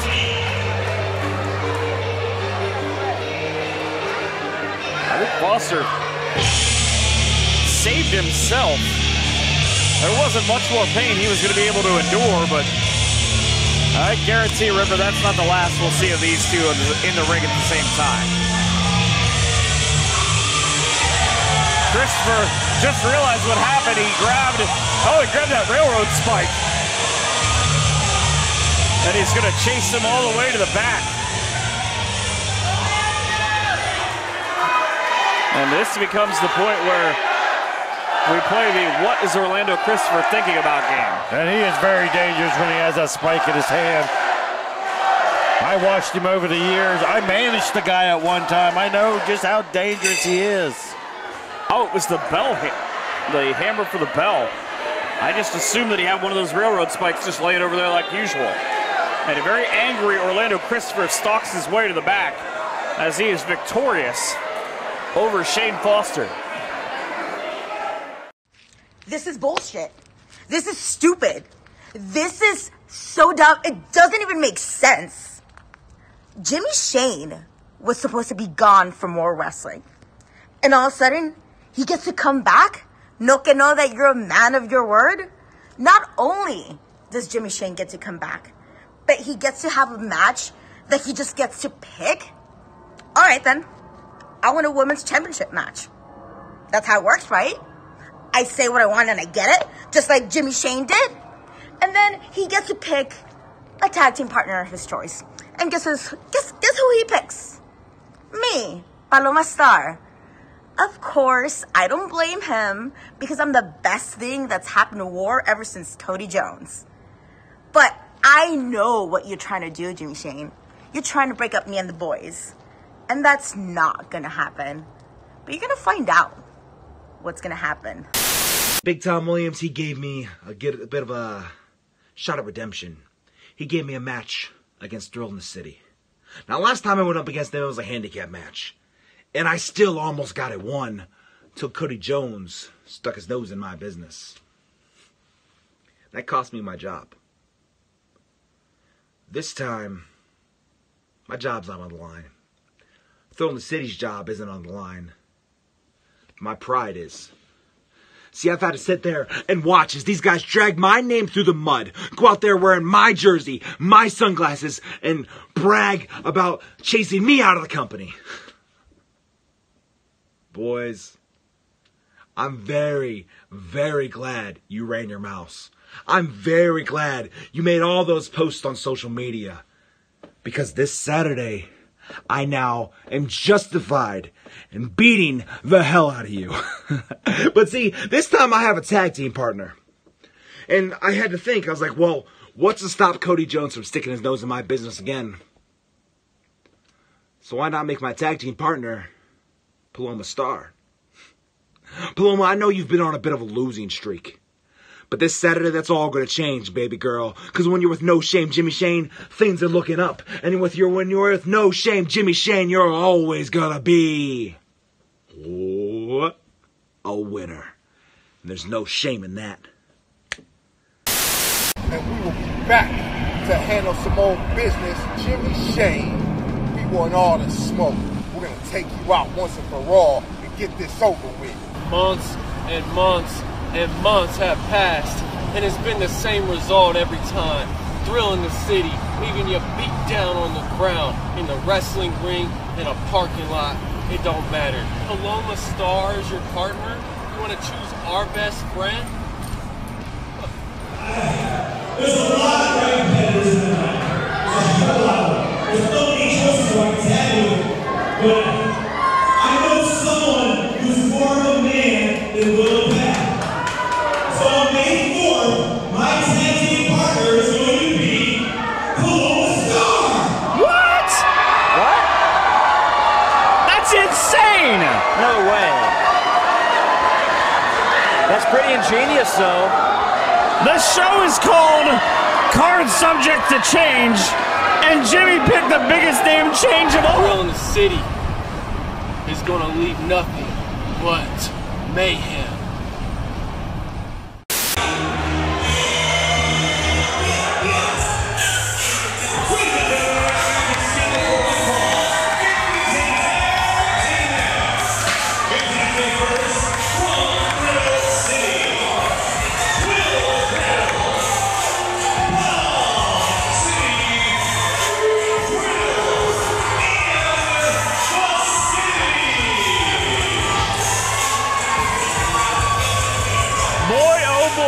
People have been waiting to get in the door for this matchup. Will the Thrill and Palm City taking on Jimmy Shane and Paloma Star. This is going to be weird. It's going to be so weird. It's a matchup that comes out of the end of our last show in Nobody's Fool. It turns out these guys were the fool.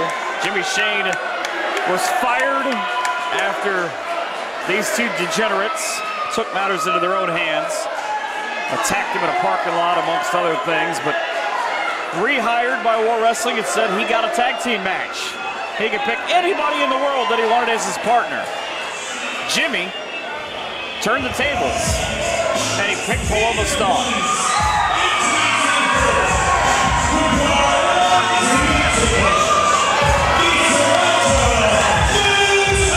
And Jimmy on Facebook all week messaging Paloma Star asking her what kind of gear she was wearing. He wanted a match, so they look like tag team. What their tag team name was, what tag team finisher they wanted to use. Paloma Star has not been amused with this at all. And what you'll notice here in a second too.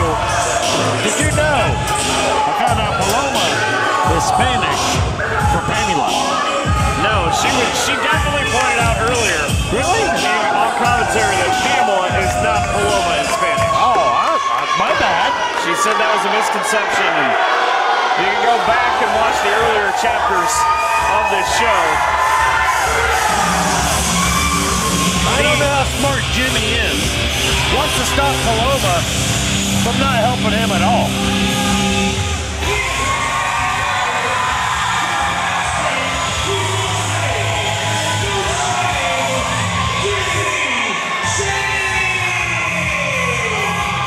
When Paloma Star was on commentary earlier on, she seemed conflicted about this matchup.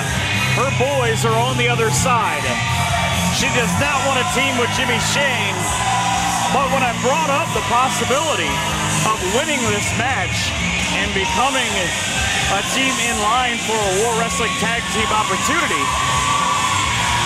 and everybody she didn't knows, hate it. And everybody knows the winner's share of the match, the winner's purse, winner, you say, is larger. Winner, you say. The MO for the shameless one.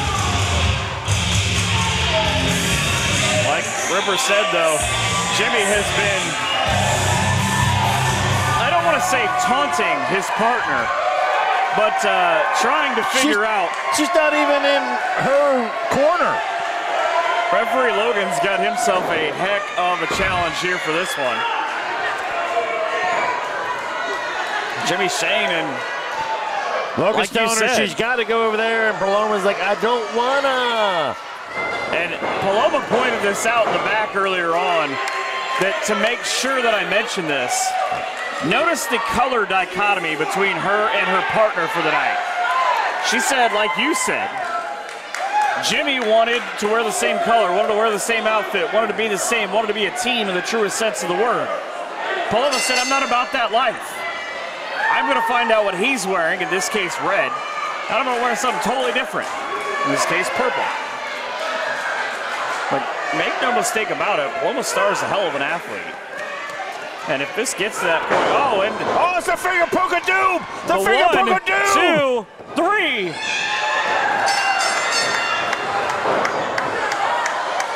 And Jimmy Shane never even got in the match. Paloma Star and no shame. But she won. Oh no.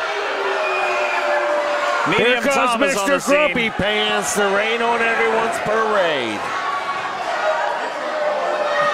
So Jimmy Shane is a winner here tonight in his, we'll say, re-debut. Remember, the main event for tonight, Cody Jones and Matt Taylor, everybody around the ring right now is barred from ringside. Yes, Willa Pav cannot come to ringside. Paloma cannot come to ringside. Matt Taylor's best friend, Jimmy Shane, cannot be at ringside. I think Big Tom's got something to say here once he finds. When doesn't he have something to say? Children, you may want to plug your ears because sometimes he's got the potty mouth. Perhaps go make a sandwich.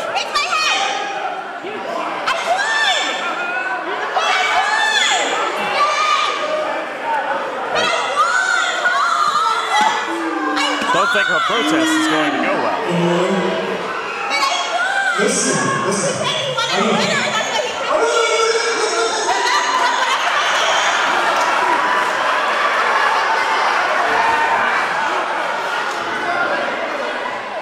I don't feel like he feels her pain. Today I got a phone call. It was from Huey, and whatever. They told me that they didn't appreciate you as a woman. That you actually should be making them a sandwich in the kitchen. She might make some good burritos, I'm not sure. They I like said you eat sriracha. on your plates, that's all, and lay on your back.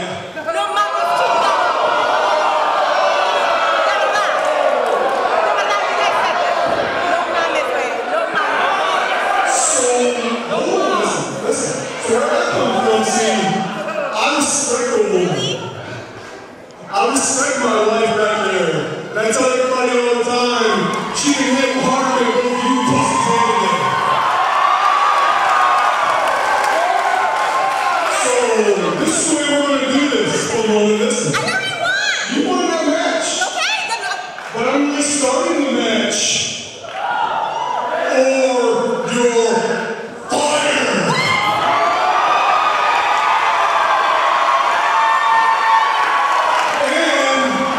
And I'm going to add on to it, and if you're fired, if my memory serves me correct, you signed Cody Jones' contract too, right? I'm going to do everything. Well, then that means Cody Jones will be fired also. How's that even remotely fair? Those are the rules. She signed the contract. Her name is on the stipulation.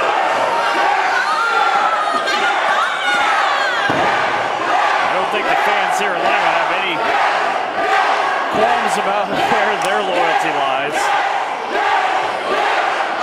My name is the law, and you have been served. Have a nice day.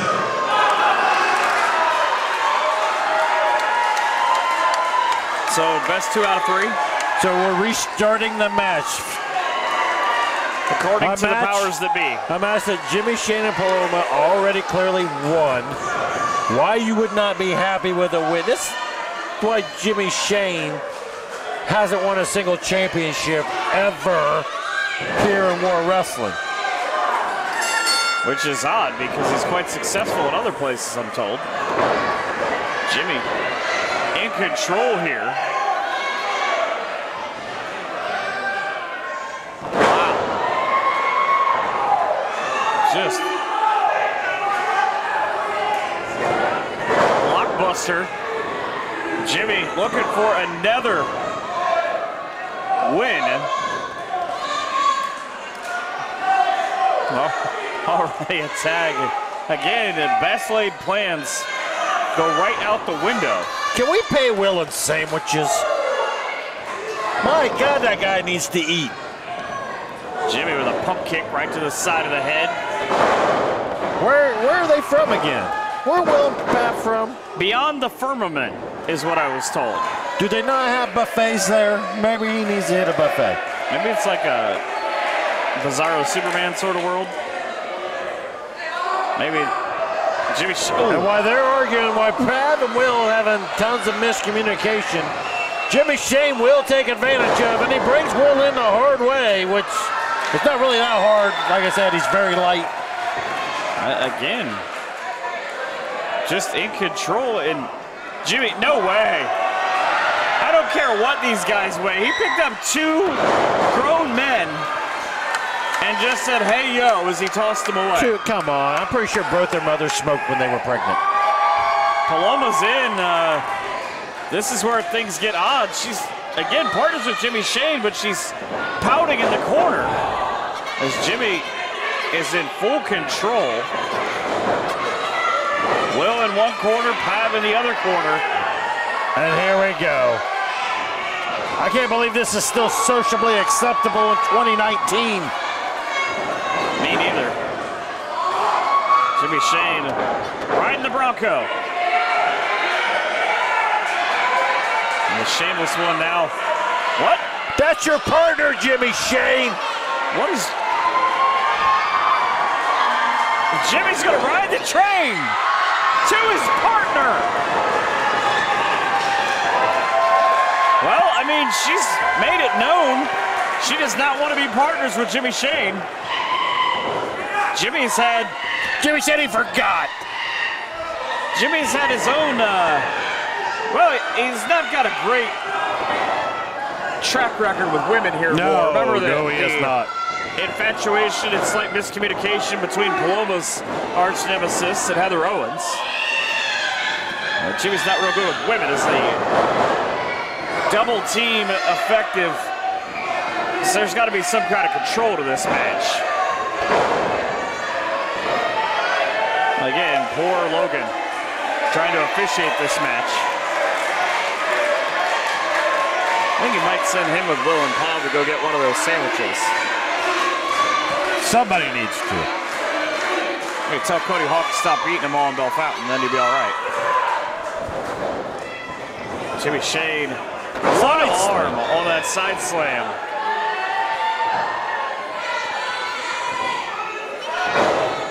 Again, this is the semi-main event for our card subject to change. We've had a heck of a night already. Jimmy got cut off at the pass. Sling blade. Usually puts a guy down, just 2. Well, and Jimmy's got to want this a little bit more than he has in the past. These guys are the guys who put him in the whole predicament to begin with. They beat him down in the parking lot. They jumped him with Cody Jones in a parking lot. They got him fired for more wrestling. They know that he's not a big fan. Paloma, however, is loving how this is going. I still don't, these guys don't understand how a team works. Without it, the dream doesn't work, McCormick. I think right now it's Paloma who doesn't understand this. Well, Paloma has not attacked her tag team partner like Jimmy has. No, she sided with after the finger poke of doom number 2. her boys. I don't understand why you wouldn't take a win. A win is a win is a win, my friend. Will and Pav destroyed last month by Jake something. That was a lesson in don't mess with Jake something. Cousin Jake took these boys to the woodshed, poked right to the eyes, and Jimmy now in the wrong side of town. Really, he's in the wrong side of town either way, the way this match goes. Yeah. Well, you're in Lima. It's all the wrong side of town. It's amazing you're allowed to get to your car at There's night. not a right side of town in Lima, Ohio. Right behind the referee's back again. Look, her own tag team partner, or his own tag team partner, helping to distract the referee and trying to raise the roof. I told you this match is going to be weird. Paloma talked about how she was trained by Taz. She and a couple of the other guys. Oh, Jimmy faked them both out. That's spinning back elbows that went nowhere. We're talking about Brandon Day and her learning a couple of tricks. It's Jimmy, 2 short arm clotheslines and a big back elbow. Seems like you just played this on repeat. Down goes Will, down goes Pop.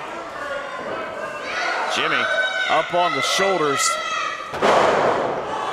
and down. It seems like he is just punishing both members. Oh, he tagged her in. And he made the tag. Now we're at the point. If there's a pinfall, it's got to stick, right?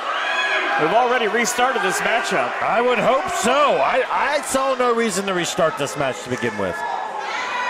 Well, you and Big Tom have a history about seeing eye to eye. That's because he slouches. So Jimmy no longer the legal man and is, it seems like in a 3-on-1. What does the referee even tell these guys at this point? Wait a minute, what? Paloma dislodged her opponent at her partner. What is happening? There's like a general directing traffic. Generals don't direct traffic, cops do. Generals are in charge of wars. The general lays out the battle plan. Oh! Will, you idiot! Down goes Paloma. Just when you think you've got Jimmy beat, keep in mind Paloma's legal. And what did he do? Get the win. Pin her. Get the win. Jimmy, right hand, right hand. Right hands for everybody. It's a right hand super kick party. That's what happens when you showboat, Jimmy. You should know this by now. Jimmy back into a bad situation in the corner. And the spear, and he more of a tackle. Snatched him out of the air and just slammed him on top. A spear and a slam. Oh my God. Nothing is going right for these guys. He's going to drag Paloma on top of them for the pin. What a move by Jimmy. Jimmy wins twice. Paloma Star with the aid of her partner Jimmy Shane, victorious for the second time. And he's Paloma just paintbrushed him.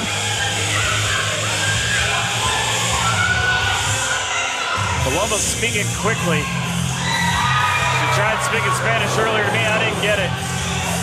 Will and Pop speaking violence. Unfortunately, Jimmy Shane is the one who gets it. And remember, I don't know if you'll see Matt Taylor because he's preparing for his title match. And it's not exactly like Jimmy's got a lot of help right now. He just got betrayed by his own partner.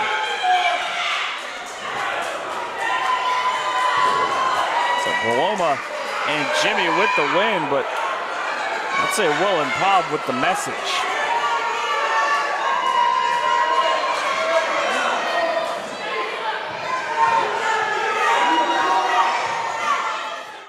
have nothing to say to you. The only reason I'm doing this is because I want those people in Lima, Ohio to know what a real champion looks like. Not somebody that's had stuff handed to them. Not somebody who has a company looking out for their best interest. The only reason you walked out the champion last time is because your no good friend jumped the barricade and interrupted the beating I was going to give you. He calls himself a man of his word. He calls himself a man of the people. Everybody in Lima is a liar. Everybody in Lima is a hypocrite. And come this Saturday, May 4th, I'm going to be the savior to that company. I'm going to be a champion that they can be proud of. Matt, look at your new champion. War Wrestling, look at your new champion. Because it's going to be a long, long ride. Because I'm Cody. Wait for it. The new War Champion, Jones. Cody Jones, do you ever listen to the words that come out of your mouth? Or are you so self-centered and is your head shoved so far up your ass you were just unaware of the things that are going on around you? Do you honestly believe that War Wrestling has ever given me a damn thing? Because I can tell you, without a shadow of a doubt, they haven't. I have earned every single thing from the moment I first stepped in this company and had a tryout match against Kid Hybrid. And then busted my ass only to be left off of anniversary shows. And busted my ass even more to finally become Respect Champion. Then you know what? I worked even harder. Something you know nothing about. Just to earn a shot at this. And the moment I earned a shot at this, I worked harder than anyone else to get it. And I work harder than anyone else to keep it. So no, nobody's ever given me a goddamn thing. You want to sit there and you want to run your mouth, you want to pretend like you have what it takes to be champion. You have no idea what it takes to defend this month in and month out. The sacrifice you have to make to go out there and hold a company on your back. No, you have no damn idea. No idea. I do. This is what I do. This is what I do best. It's what I thrive at. There's nobody better than me and I don't give a damn to say that. I am the very best.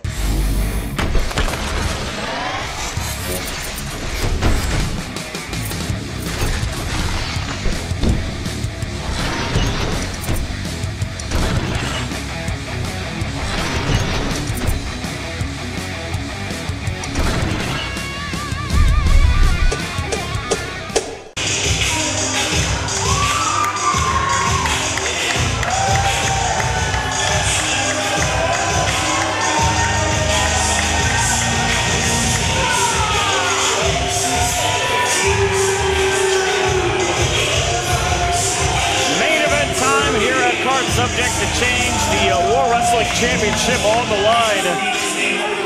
Cody Jones trying to take the belt off the most decorated champion in War Wrestling history.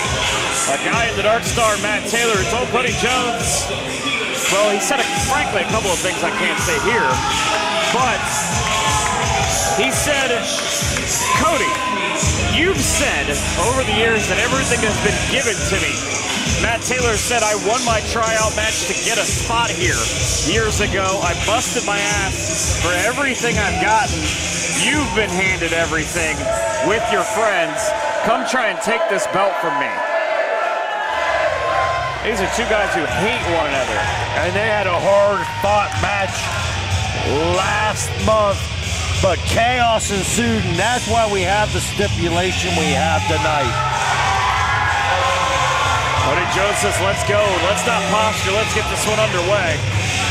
Like I said, hate is a very strong word, but it is more than apt for this contest. The longest reigning War Wrestling champion of the Dark Star, Matt Taylor. Well, his path of violence is quite like no other. Whether it's corruption, whether it's Cody Jones, will, doesn't matter. River Blackheart suffered some of it when, well, he thought he was going to be a big man. That didn't work out real well. And I will get Matt Taylor this. He's like a cockroach. Just when you think he's dead, he starts moving on you. Stick and move. The War Wrestling champion mode defenses More wins than anybody who has held that belt. I'll give him this. He is the only 3-time world champion. And again, you think about the guys that not only he's taken that belt from, the BMF Chiron, a legendary feud between the two of them. That ended up bloody all over the place. The Lima Civic Center, I think we're not allowed there, based half on that match. But this is what it's all about. That belt in Matt Taylor's left hand. The similarities between these two. It's for the War Wrestling Championship. Introducing first, the challenger from Chicago, Illinois, Cody Jones.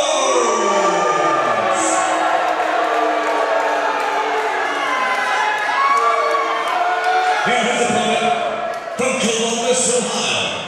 He is the War Wrestling Champion, Dark Star, Matt Taylor.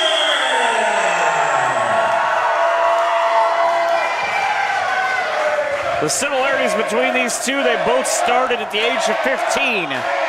The difference, Matt Taylor has had over 15 years. Cody Jones was around a wrestling ring when he was 8 years old. He knows the level of violence that it'll take to get that belt off of Matt Taylor. Trained it back 19 years ago in the year 2000, and there's a guy who trained him. He beat him in Jeremy Madrox, who's given him a lot of keys to beat a lot of different styles. But this is going to be unlike any match that he's had in a while. This is going to be like a street fight. And Jeremy Madrox, also a former world champion, and a guy who came out of nowhere, nobody expected out of him, and had a quite impressive title reign, in my opinion. For the longest time, had the most defenses. Yeah, he took that everywhere. Matt Taylor takes great pride in being the champion. I'll give him that. But Cody Jones takes great pride in destroying people's heroes, and that's his intent tonight. Jones just letting Taylor say what he wants, and he said, Matt, you've disrespected me, you've disrespected that title. I'm going to put a new spin on respect on that belt. Taylor comes out just teeing off on Cody Jones. It's not a guy in Matt Taylor that you want to get into any kind of striking contest with. He'll just flat out boomstick you right in the face, and that'll be 3. Now, Cody Jones is no slouch in the striking area himself. Cody Jones said, quote, I'm walking out World Wrestling Champion. I don't give a damn who it pisses off. And so I believe every word of it. To do it. I believe every word of it. Remember, though, this match, conspicuous by their absences, Will Paloma and Pav, and also Jimmy Shane. None of them are allowed near ringside. And the question to you, Ripper, though, is in that one-on-one atmosphere as Taylor loads up, he's looking to fly. Call Port Columbus. There's a Dark Star. All the way down goes Cody Jones, but the question is, who does that favor one-on-one? That is a very interesting question. Matt Taylor, we know, has gone one-on-one. He has no problem. Hell, he'll take on 4 or 5 guys if you let him. You, of all people, know that the most. And Cody Jones, yeah, he's had someone in his corner from day one, but there's no doubt.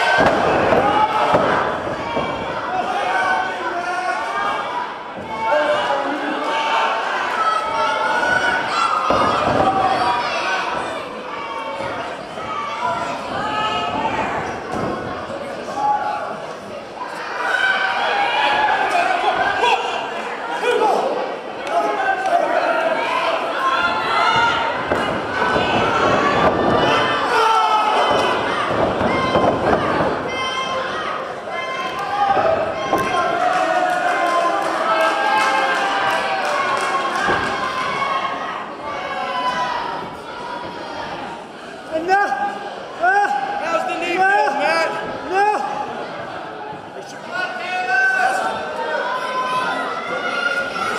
I'm gonna break it.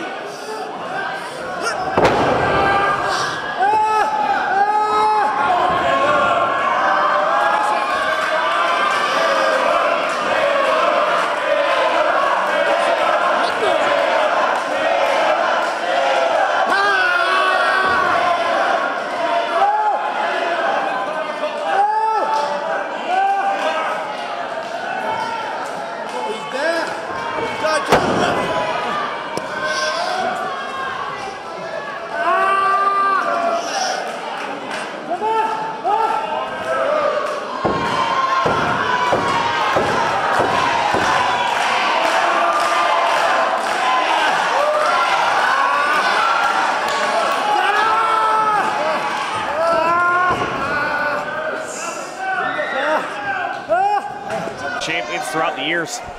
In the last 16 years have been a lot of who's who.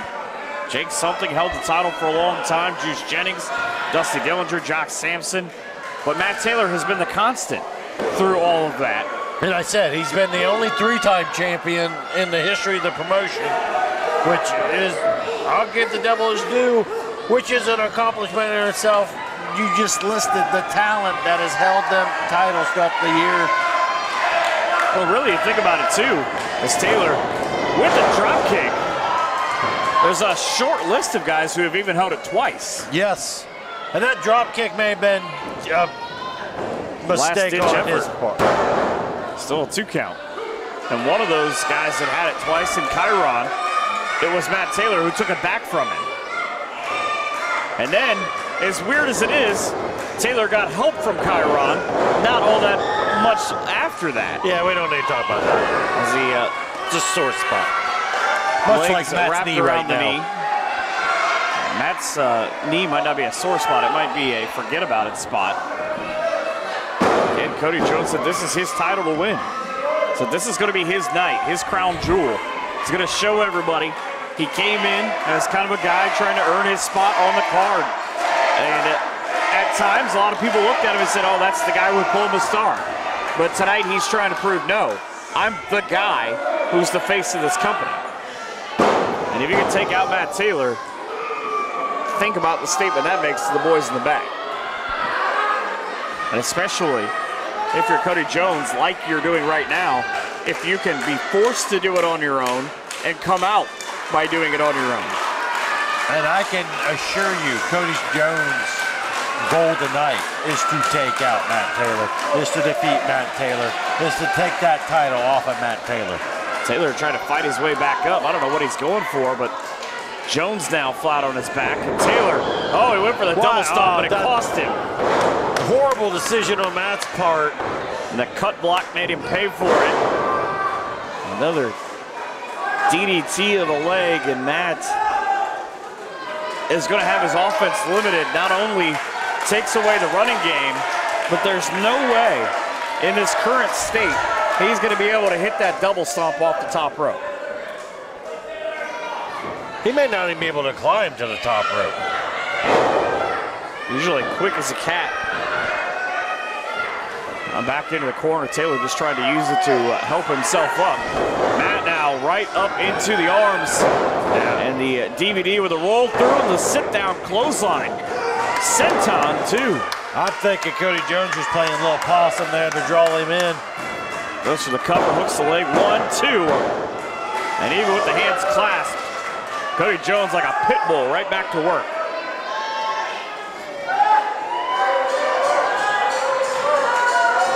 Cody Jones has done his homework.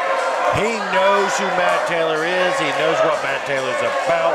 And he knows Matt Taylor's offense, and he's taking that away from him right in front of all these fans. Said that he's learned along the way. 5'9", 180. Trained in a multitude of different versions of how to hurt a guy. I think he's getting to the point where he's feeling it about this being the end. But like I said, you can't give Matt Taylor a chance to breathe. You have to shut him down and keep him down. Cody said, I thought you were supposed to be the man, and Matt Taylor right-handed him across the face. Matt with that big right hand. It's pretty much in this role, Matt trying to avenge what Cody is doing. He made Jimmy Shane disappear. Of course, Jimmy came back and won twice tonight. Fisticuffs have ensued. Cody Jones takes the low road. And a super kick. How's that for a bad leg? Well, there's one to the face too. It's a party now. Taylor took one to the gut. It just kind of stymied him, and right back down goes Cody. Oh, reverse Canadian Destroyer on his face. Right back up to his feet, though, when he took another kick. Did the challenger and Cody Jones. There have been a lot of World Wrestling Championship matches throughout the years.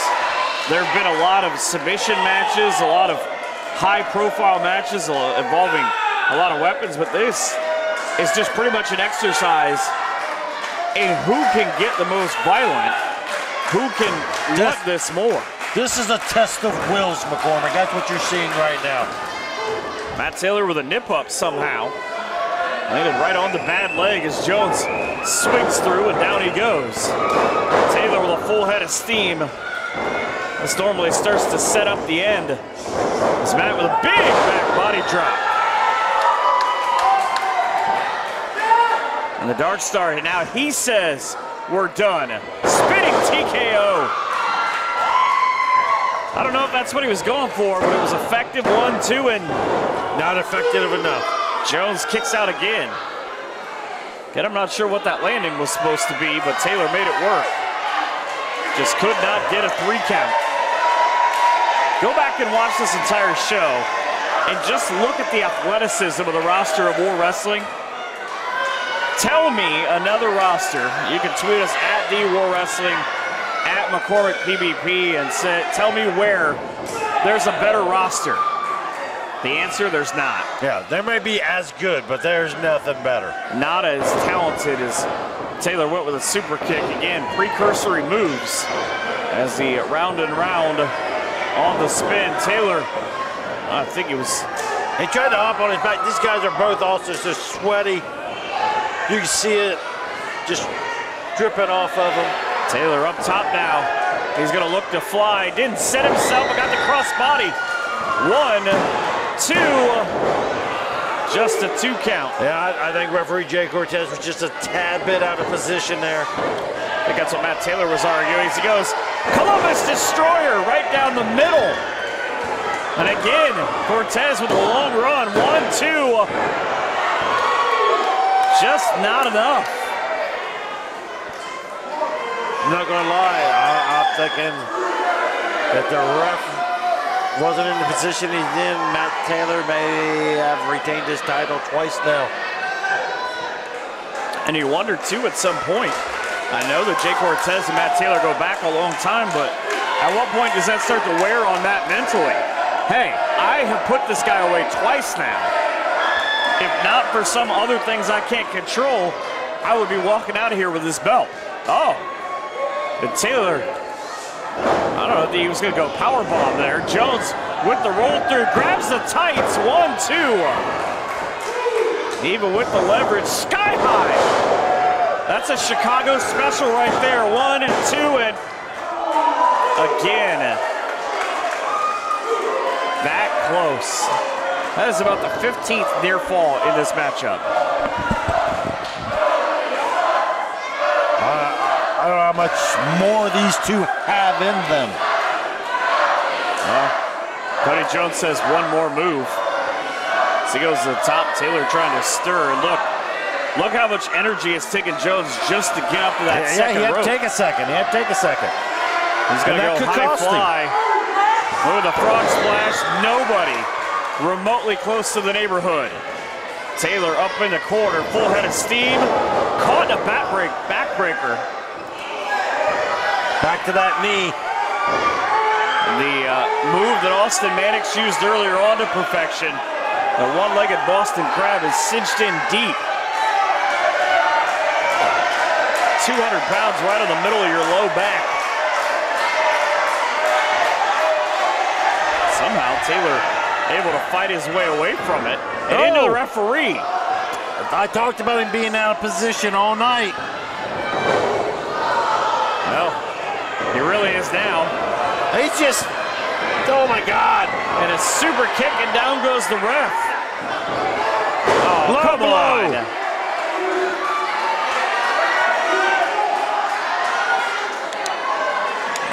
I don't know what's going to happen now. Cody Jones is not.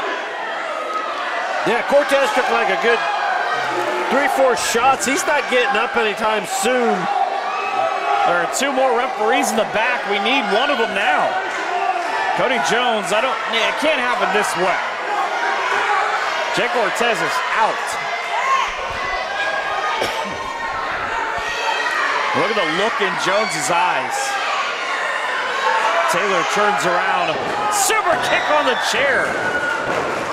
I think that actually looked like it might have gotten Cody across the forehead.